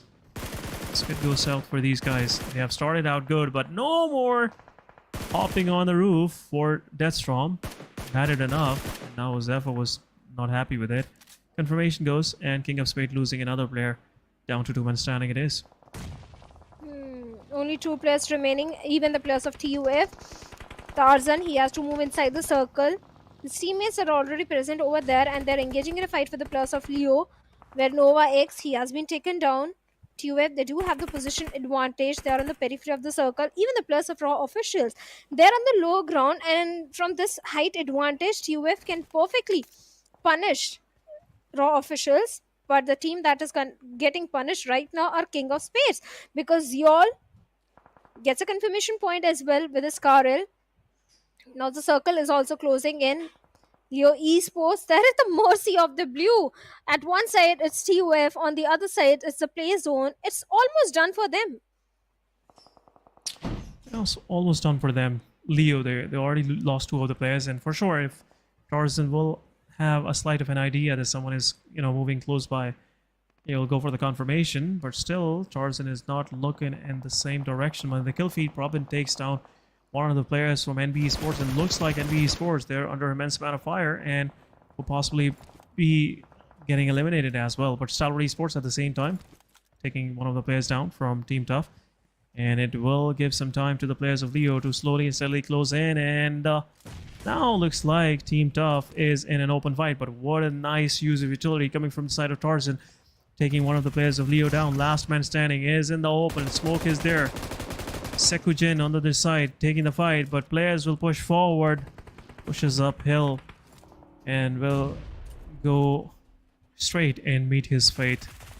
Over for Leo Esports it is, and King of Spades are also out on the 11th spot. 4 total elimination to their name. At the same time, Team Sky going, Team Raw going against NBeSports. Confirmation it is, and Team Raw still surviving. A good fight taken as well. Raw official, I believe they have lost one or two of their players in the process, I guess. I'm not sure so far. Still, they have a long journey ahead because look at their position. They don't have the circle's benefit, and Stalwarts are placed perfectly to gatekeep TUF as well as Raw officials. If Raw officials and TUF go for a very long rotation up to towards the northern side from the southern side complete, maybe they can find a clear entry inside the circle, and TUF, I believe, is exactly trying to do so. Rather than entering directly inside the circle, they are taking a little northern rotation. But IC still keeping a close eye onto the players of TUF. Magnus, they are in the epicenter, and so are the players of T2K. This time T2K, they're not making any noise. Just like the players of Raw officials were doing in the previous game of Erangel. Standing. Yeah, they do have the numbers, all the 4 players. Yeah, I thought there was some yellow dots on the map feed, so I thought it's only 2 players surviving, but they were pretty close to each other. I like that, close bond between these guys. But so far, Raw officials, they have made their way in, and now they have somewhat an edge of circle, but they have to face Stalwart Esports. Another, big guns that they have to take care of, but at the same time, Tough is giving a headache to the guys of Team Raw official from up top. But Raw, they have a good position inside close to the edge of the circle. They cannot pop their heads even further, but they have to make a push, and that's what they are trying to do. One of the players from Stalwart Esports, already the defenses are weak, and now Raw officials can push forward, and it will be a good edge taken by these guys. But the Top is there. Top just trying to retaliate. This could be, something that can backfire, but at the same time, Raw officials, they will confirm Nurzit, and they have the edge of the circle as well. Well, yes, they do have the edge of the circle, but Stalwart Esports, they do have a compound as well. And that's a good benefit, that's a good advantage which Stalwarts are having right now. At the same time, they do have the information, not just about one team, about both the teams, 2F and Raw officials. But T2K, my eyes are still set on T2K. The way this team is being so very silent, they're just playing with the circle. A lot has changed in the game style of T2K. Miramar, previous season and this season, the way they are approaching, a lot of things have changed. But from the southern side, one more team is trying to make the rotation. That is going to be the squad of IHC. Yeah, so far, looking at the position, IHC is pretty close by as well. See, just eyeing their surroundings just to make sure that they are in total control, but at the same time, in the kill feed, T2K goes against Team SRX. 3x Shamir is eliminated, and SRX is knocked out, not eliminated yet, but could possibly be eliminated. But IAC at the same time takes down Top. Well, right away confirm it. STE down to 2-man standing. Tough has also descended down from up high, and now they are eyeing on that same compound where Stalwart Esports remaining 2 players are. IC in action. Action might go against a fight with Tarzan and Riddler first. But we'll see how H2SO4 will be able to provide any cover to his team. Where is the 4th player? This is still concerning me, but Team Sky, they are pushing forward. Takes down IHC Godless, and IHC down to their last man standing now. Where is Alex? Alex is pretty close by. He's taking fight with 3x as he pops his head out, going well for a shotgun fight, but at the same time, cover fire coming from the side of Shamir. Cairo is there, and this could possibly change things around. Cairo confirming the elimination with his UMP. A beast gun in close ranges, but at the same time, H2SO4 takes down action, and IC is the last one standing, and it looks like Team Tough will be marching in and for sure capture that compound for themselves. On the other side, Stalwart's IC, the lone survivor with the DBS, finds Riddler, takes him down instantly. Thor gets a confirmation point onto action over there. Still, the numbers advantage is with the players of TUF. Stalwarts, they're fighting with the tooth and nail. TUF, with those utils trying to get the confirmation point or dish out some damage to the last man. On the other side of the map, even the players of DRS also falling down thanks to the players of Againx I8. Thor with the UMP 45. I like the way TUF is not taking things for granted. And DBS right on the face of Thor. IC takes him down, gets a confirmation point, repositioned himself. I love the way IC is approaching this outnumbered fight. TUF, H2SO4, TUF, they went a little overconfident in this particular fight, the way the split was coming in. And look at the position of H2SO4. This is going to be so very critical. He doesn't have any throwable, any grenade, nothing. Just one first aid. But he's very well aware where exactly IC is.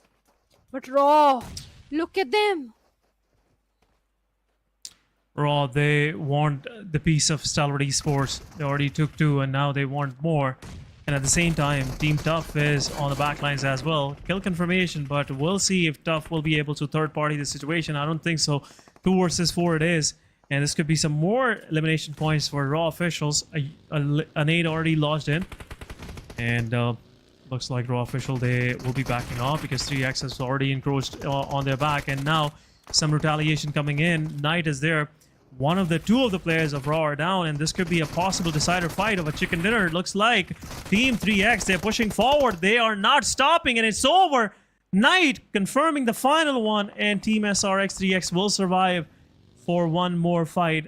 All 4 players are surviving, and aggression of Raw is now paused by the players of 3X. The circle They'll get is all of still their players raised up. I'm sorry to cut you off. The circle is still Oh, no, heavily it's okay. favoring T2K. I'm so happy to see that. You know, every team is getting wrecked right now, and the only thing that is making Shadow happy is T2K. They're surviving. Yeah.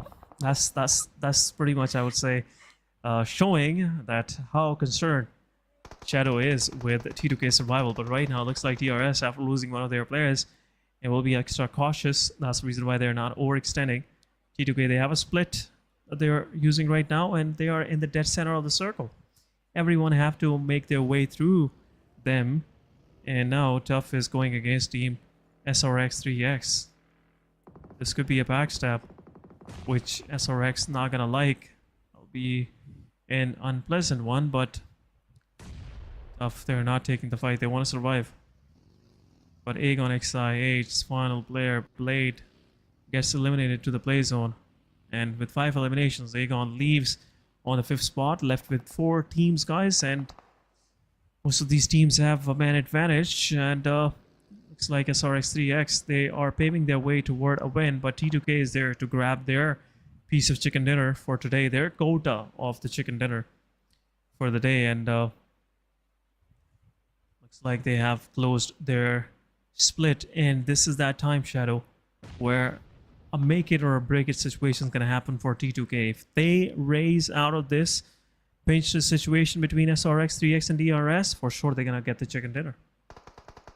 DRS versus T2K. They're in a battle of grenades where Love is on the receiving end. Perfect, right in the face of Love. Gyante lobs a grenade from the back line. Even the players of 3X are also coming in. T2K, they are in a sandwich situation.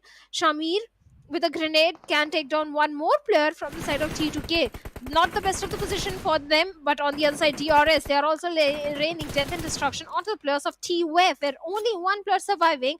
That is going to be Tarzan. Even 3X, DRS Delta, he's aware about the positions of 3X Esports. He's being a little careful. Yes, there are hard covers present, which DRS is using to the perfection. 3 players still standing strong. 5 defeat points on the edge of the circle, potentially looking for the northern dominant control. This is something I like about DRS. They always play from the edge of the circle. The backlines are clear. All they have to do is just look in the forward and gather the information and then shoot and knock down the players and finish. Get the finish points. And so easy to say.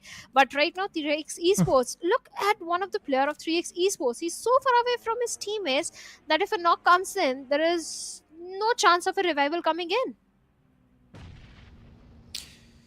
Yeah, he's the way he's pretty splitted out, for sure. If he gets knocked out, it will be just done and dusted for him. And in this very phase of the game, for sure, who will knock out Zephyr. Will not let him get revived once again. But blue zone about to close, 19 more seconds, and it will be stage 9. Every team have to step out in the open, and for sure we'll see some exchanges happening between 4 of these teams. DRS slowly and steadily closing in. Still, it's an open, risky area that they have to encroach onto, and T2K are pretty spread it out on this ridge line. They're not over peaking. Rig have to reposition himself slightly because blue is right on his back, but MPL with the utility can actually turn things around. But a nade goes in, another one follows from Jane, and DRS, one of their player is on his knees. T2K, now they have pretty much delayed this push from the side of DRS. Smokes are there. Delta also joining in. There's only one place for the cover, and that's what T2K also realizes, and that's why another nade will possibly go in, and this could mark an end, but somewhat DRS gets survived by MPL, and Rig with some more nades confirm all 3 players of T2 for DRS. 1 nade, 1v3 from the side of Rig. But now left with top 3 teams. T2K, they have cleared their back, nothing to worry about. It's only a fight they have to take across the ridge. SRX3X, they are throwing the utility, and Zephyr is there, Knight is there. This will be an interesting fight. Jane is also holding on to the back lines. Just will take care of someone popping their heads off this ridge line, but Tarzan is there in the play. Tarzan have to reposition himself. Will get spotted out if he will show his face from his left. But at the same time, this fight is not getting concluded. Smokes are being deployed. A flash also been thrown. Oh, we'll see if this flash will do anything. But T2K, they want to push forward. Knights taking down Tarzan. 3 versus 3 it is. T2K, they can smell the chicken dinner, and now they're pushing forward. Rig takes down 1, takes down 2, but now it's down to a 1v1 between Zephyr and MPL. No, it's a 1v1 now. Zephyr low on HP, he's repositioned himself and confirms the chicken dinner. What a chicken dinner coming for this team. Zephyr just punching his mattress and dislodging his phone, which was his camera, I must say. But winner chicken dinner goes to the favor of SRX3X, and now they are on 14th spot. They have somewhat pulled themselves out of the bottom 4. GG's.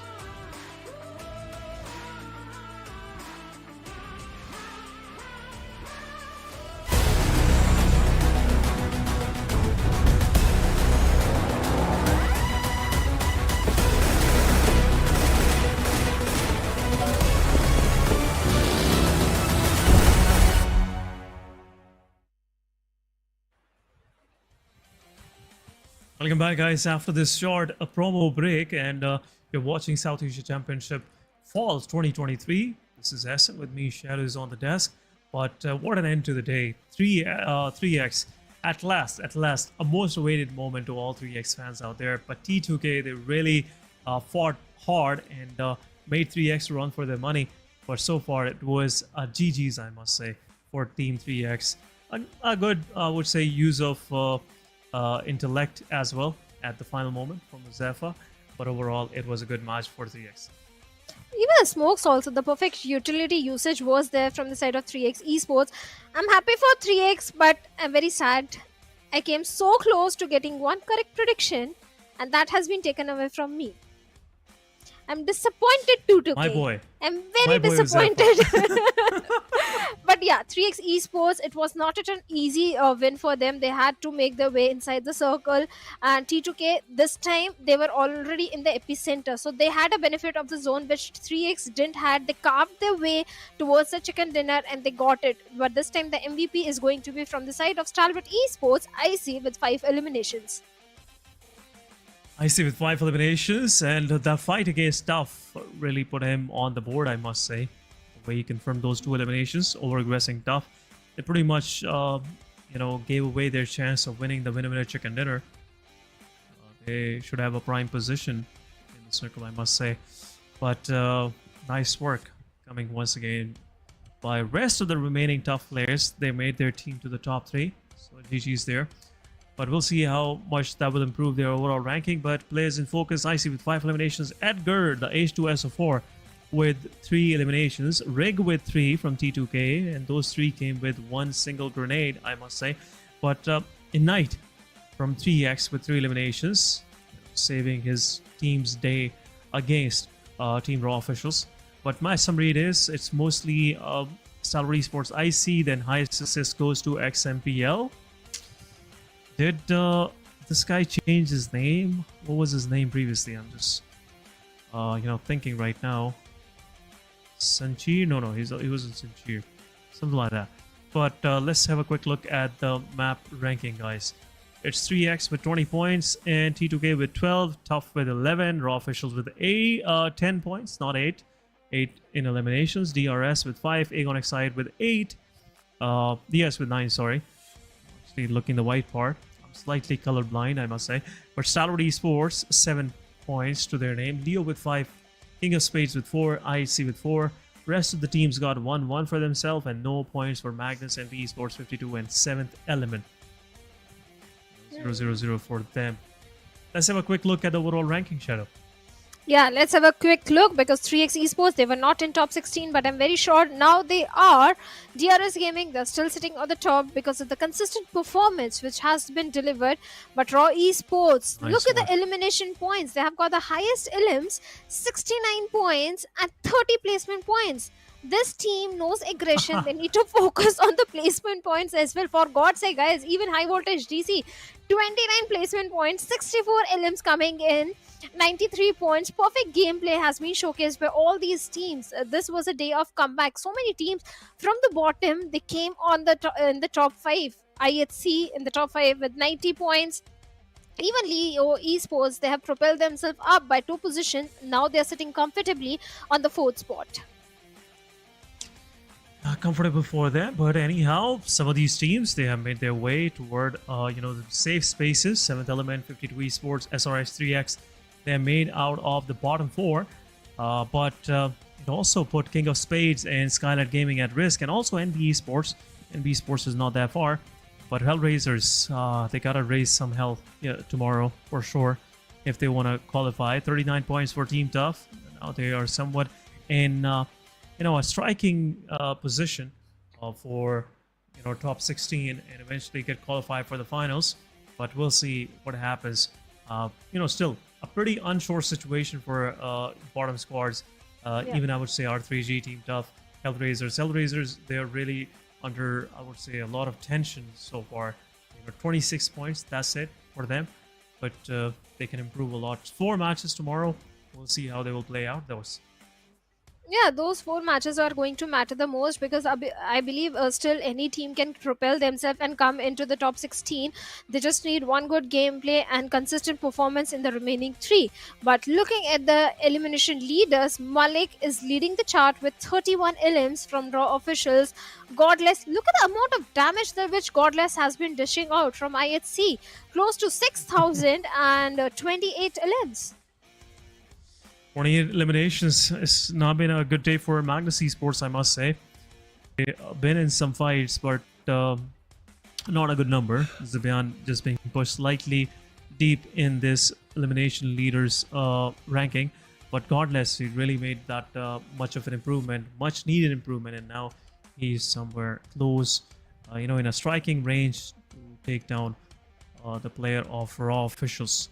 But day summary days, DRS once again starting off their day with a chicken dinner, just doing the ritual. High Voltage, another chicken dinner in match number 2. Then Miramar goes to 7th Element. Their final fight was against SKYLIGHTZ Gaming. Erangel goes to Raw, and the final one goes to SRX3X. The funny thing is, my gut was saying SRX3X will win this chicken dinner, but when you chose T2K, I was slightly confused. I thought, maybe there are chances T2K win this one. But anyhow, this proves my point that always listen to your gut feeling. We'll see. But I need to file a petition that a producer should stop asking me for the prediction because I don't want my DMs to be full of please stop predicting our team. T2K is not going to be happy. So many other teams which I don't want that. I don't want to be the person to jinx the teams, but I'm so very happy for 3x Esports because they were at the bottom.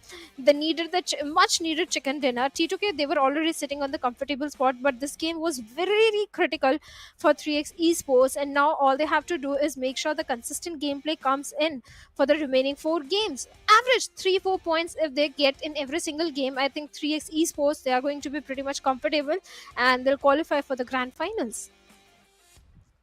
Yeah, let's see how they will do so, but there's one more day tomorrow, so still they are, you know, in a risky radar place overall ranking wise. But guys, that was it for the day. We'll see you guys tomorrow with some more action and top 16 teams of the finale for this South Asia Championship. This was your host S, and with me was Robin, Shadow. If you have any, you know, for us, you can always reach out. You're free to reach out. But see you guys tomorrow. Take care of yourself and take care. Bye bye.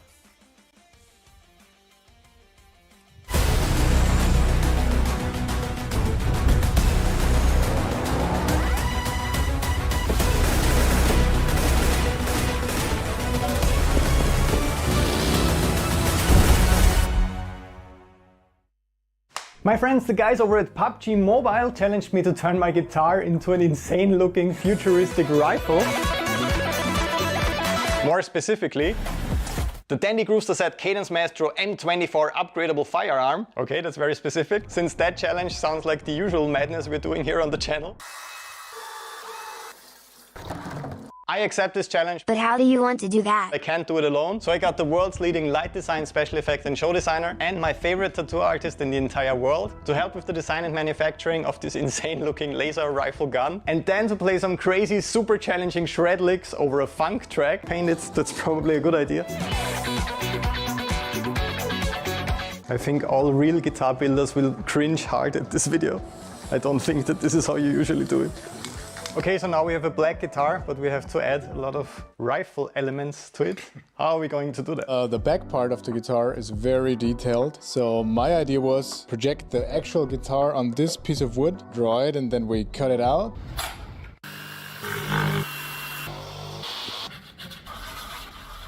You don't have to hold it like a baby. We have all these parts here, and this looks pretty much like the original gun already, right? Yeah. We have to closely replicate the color scheme and all the super intricate details of this design. We got some acrylic colors that look quite promising, but what's even more important, she will hopefully help me with not screwing this up now that this is already starting to look promising. So let's do this. We will use the projector above us to trace the lines of all the details. Have fun.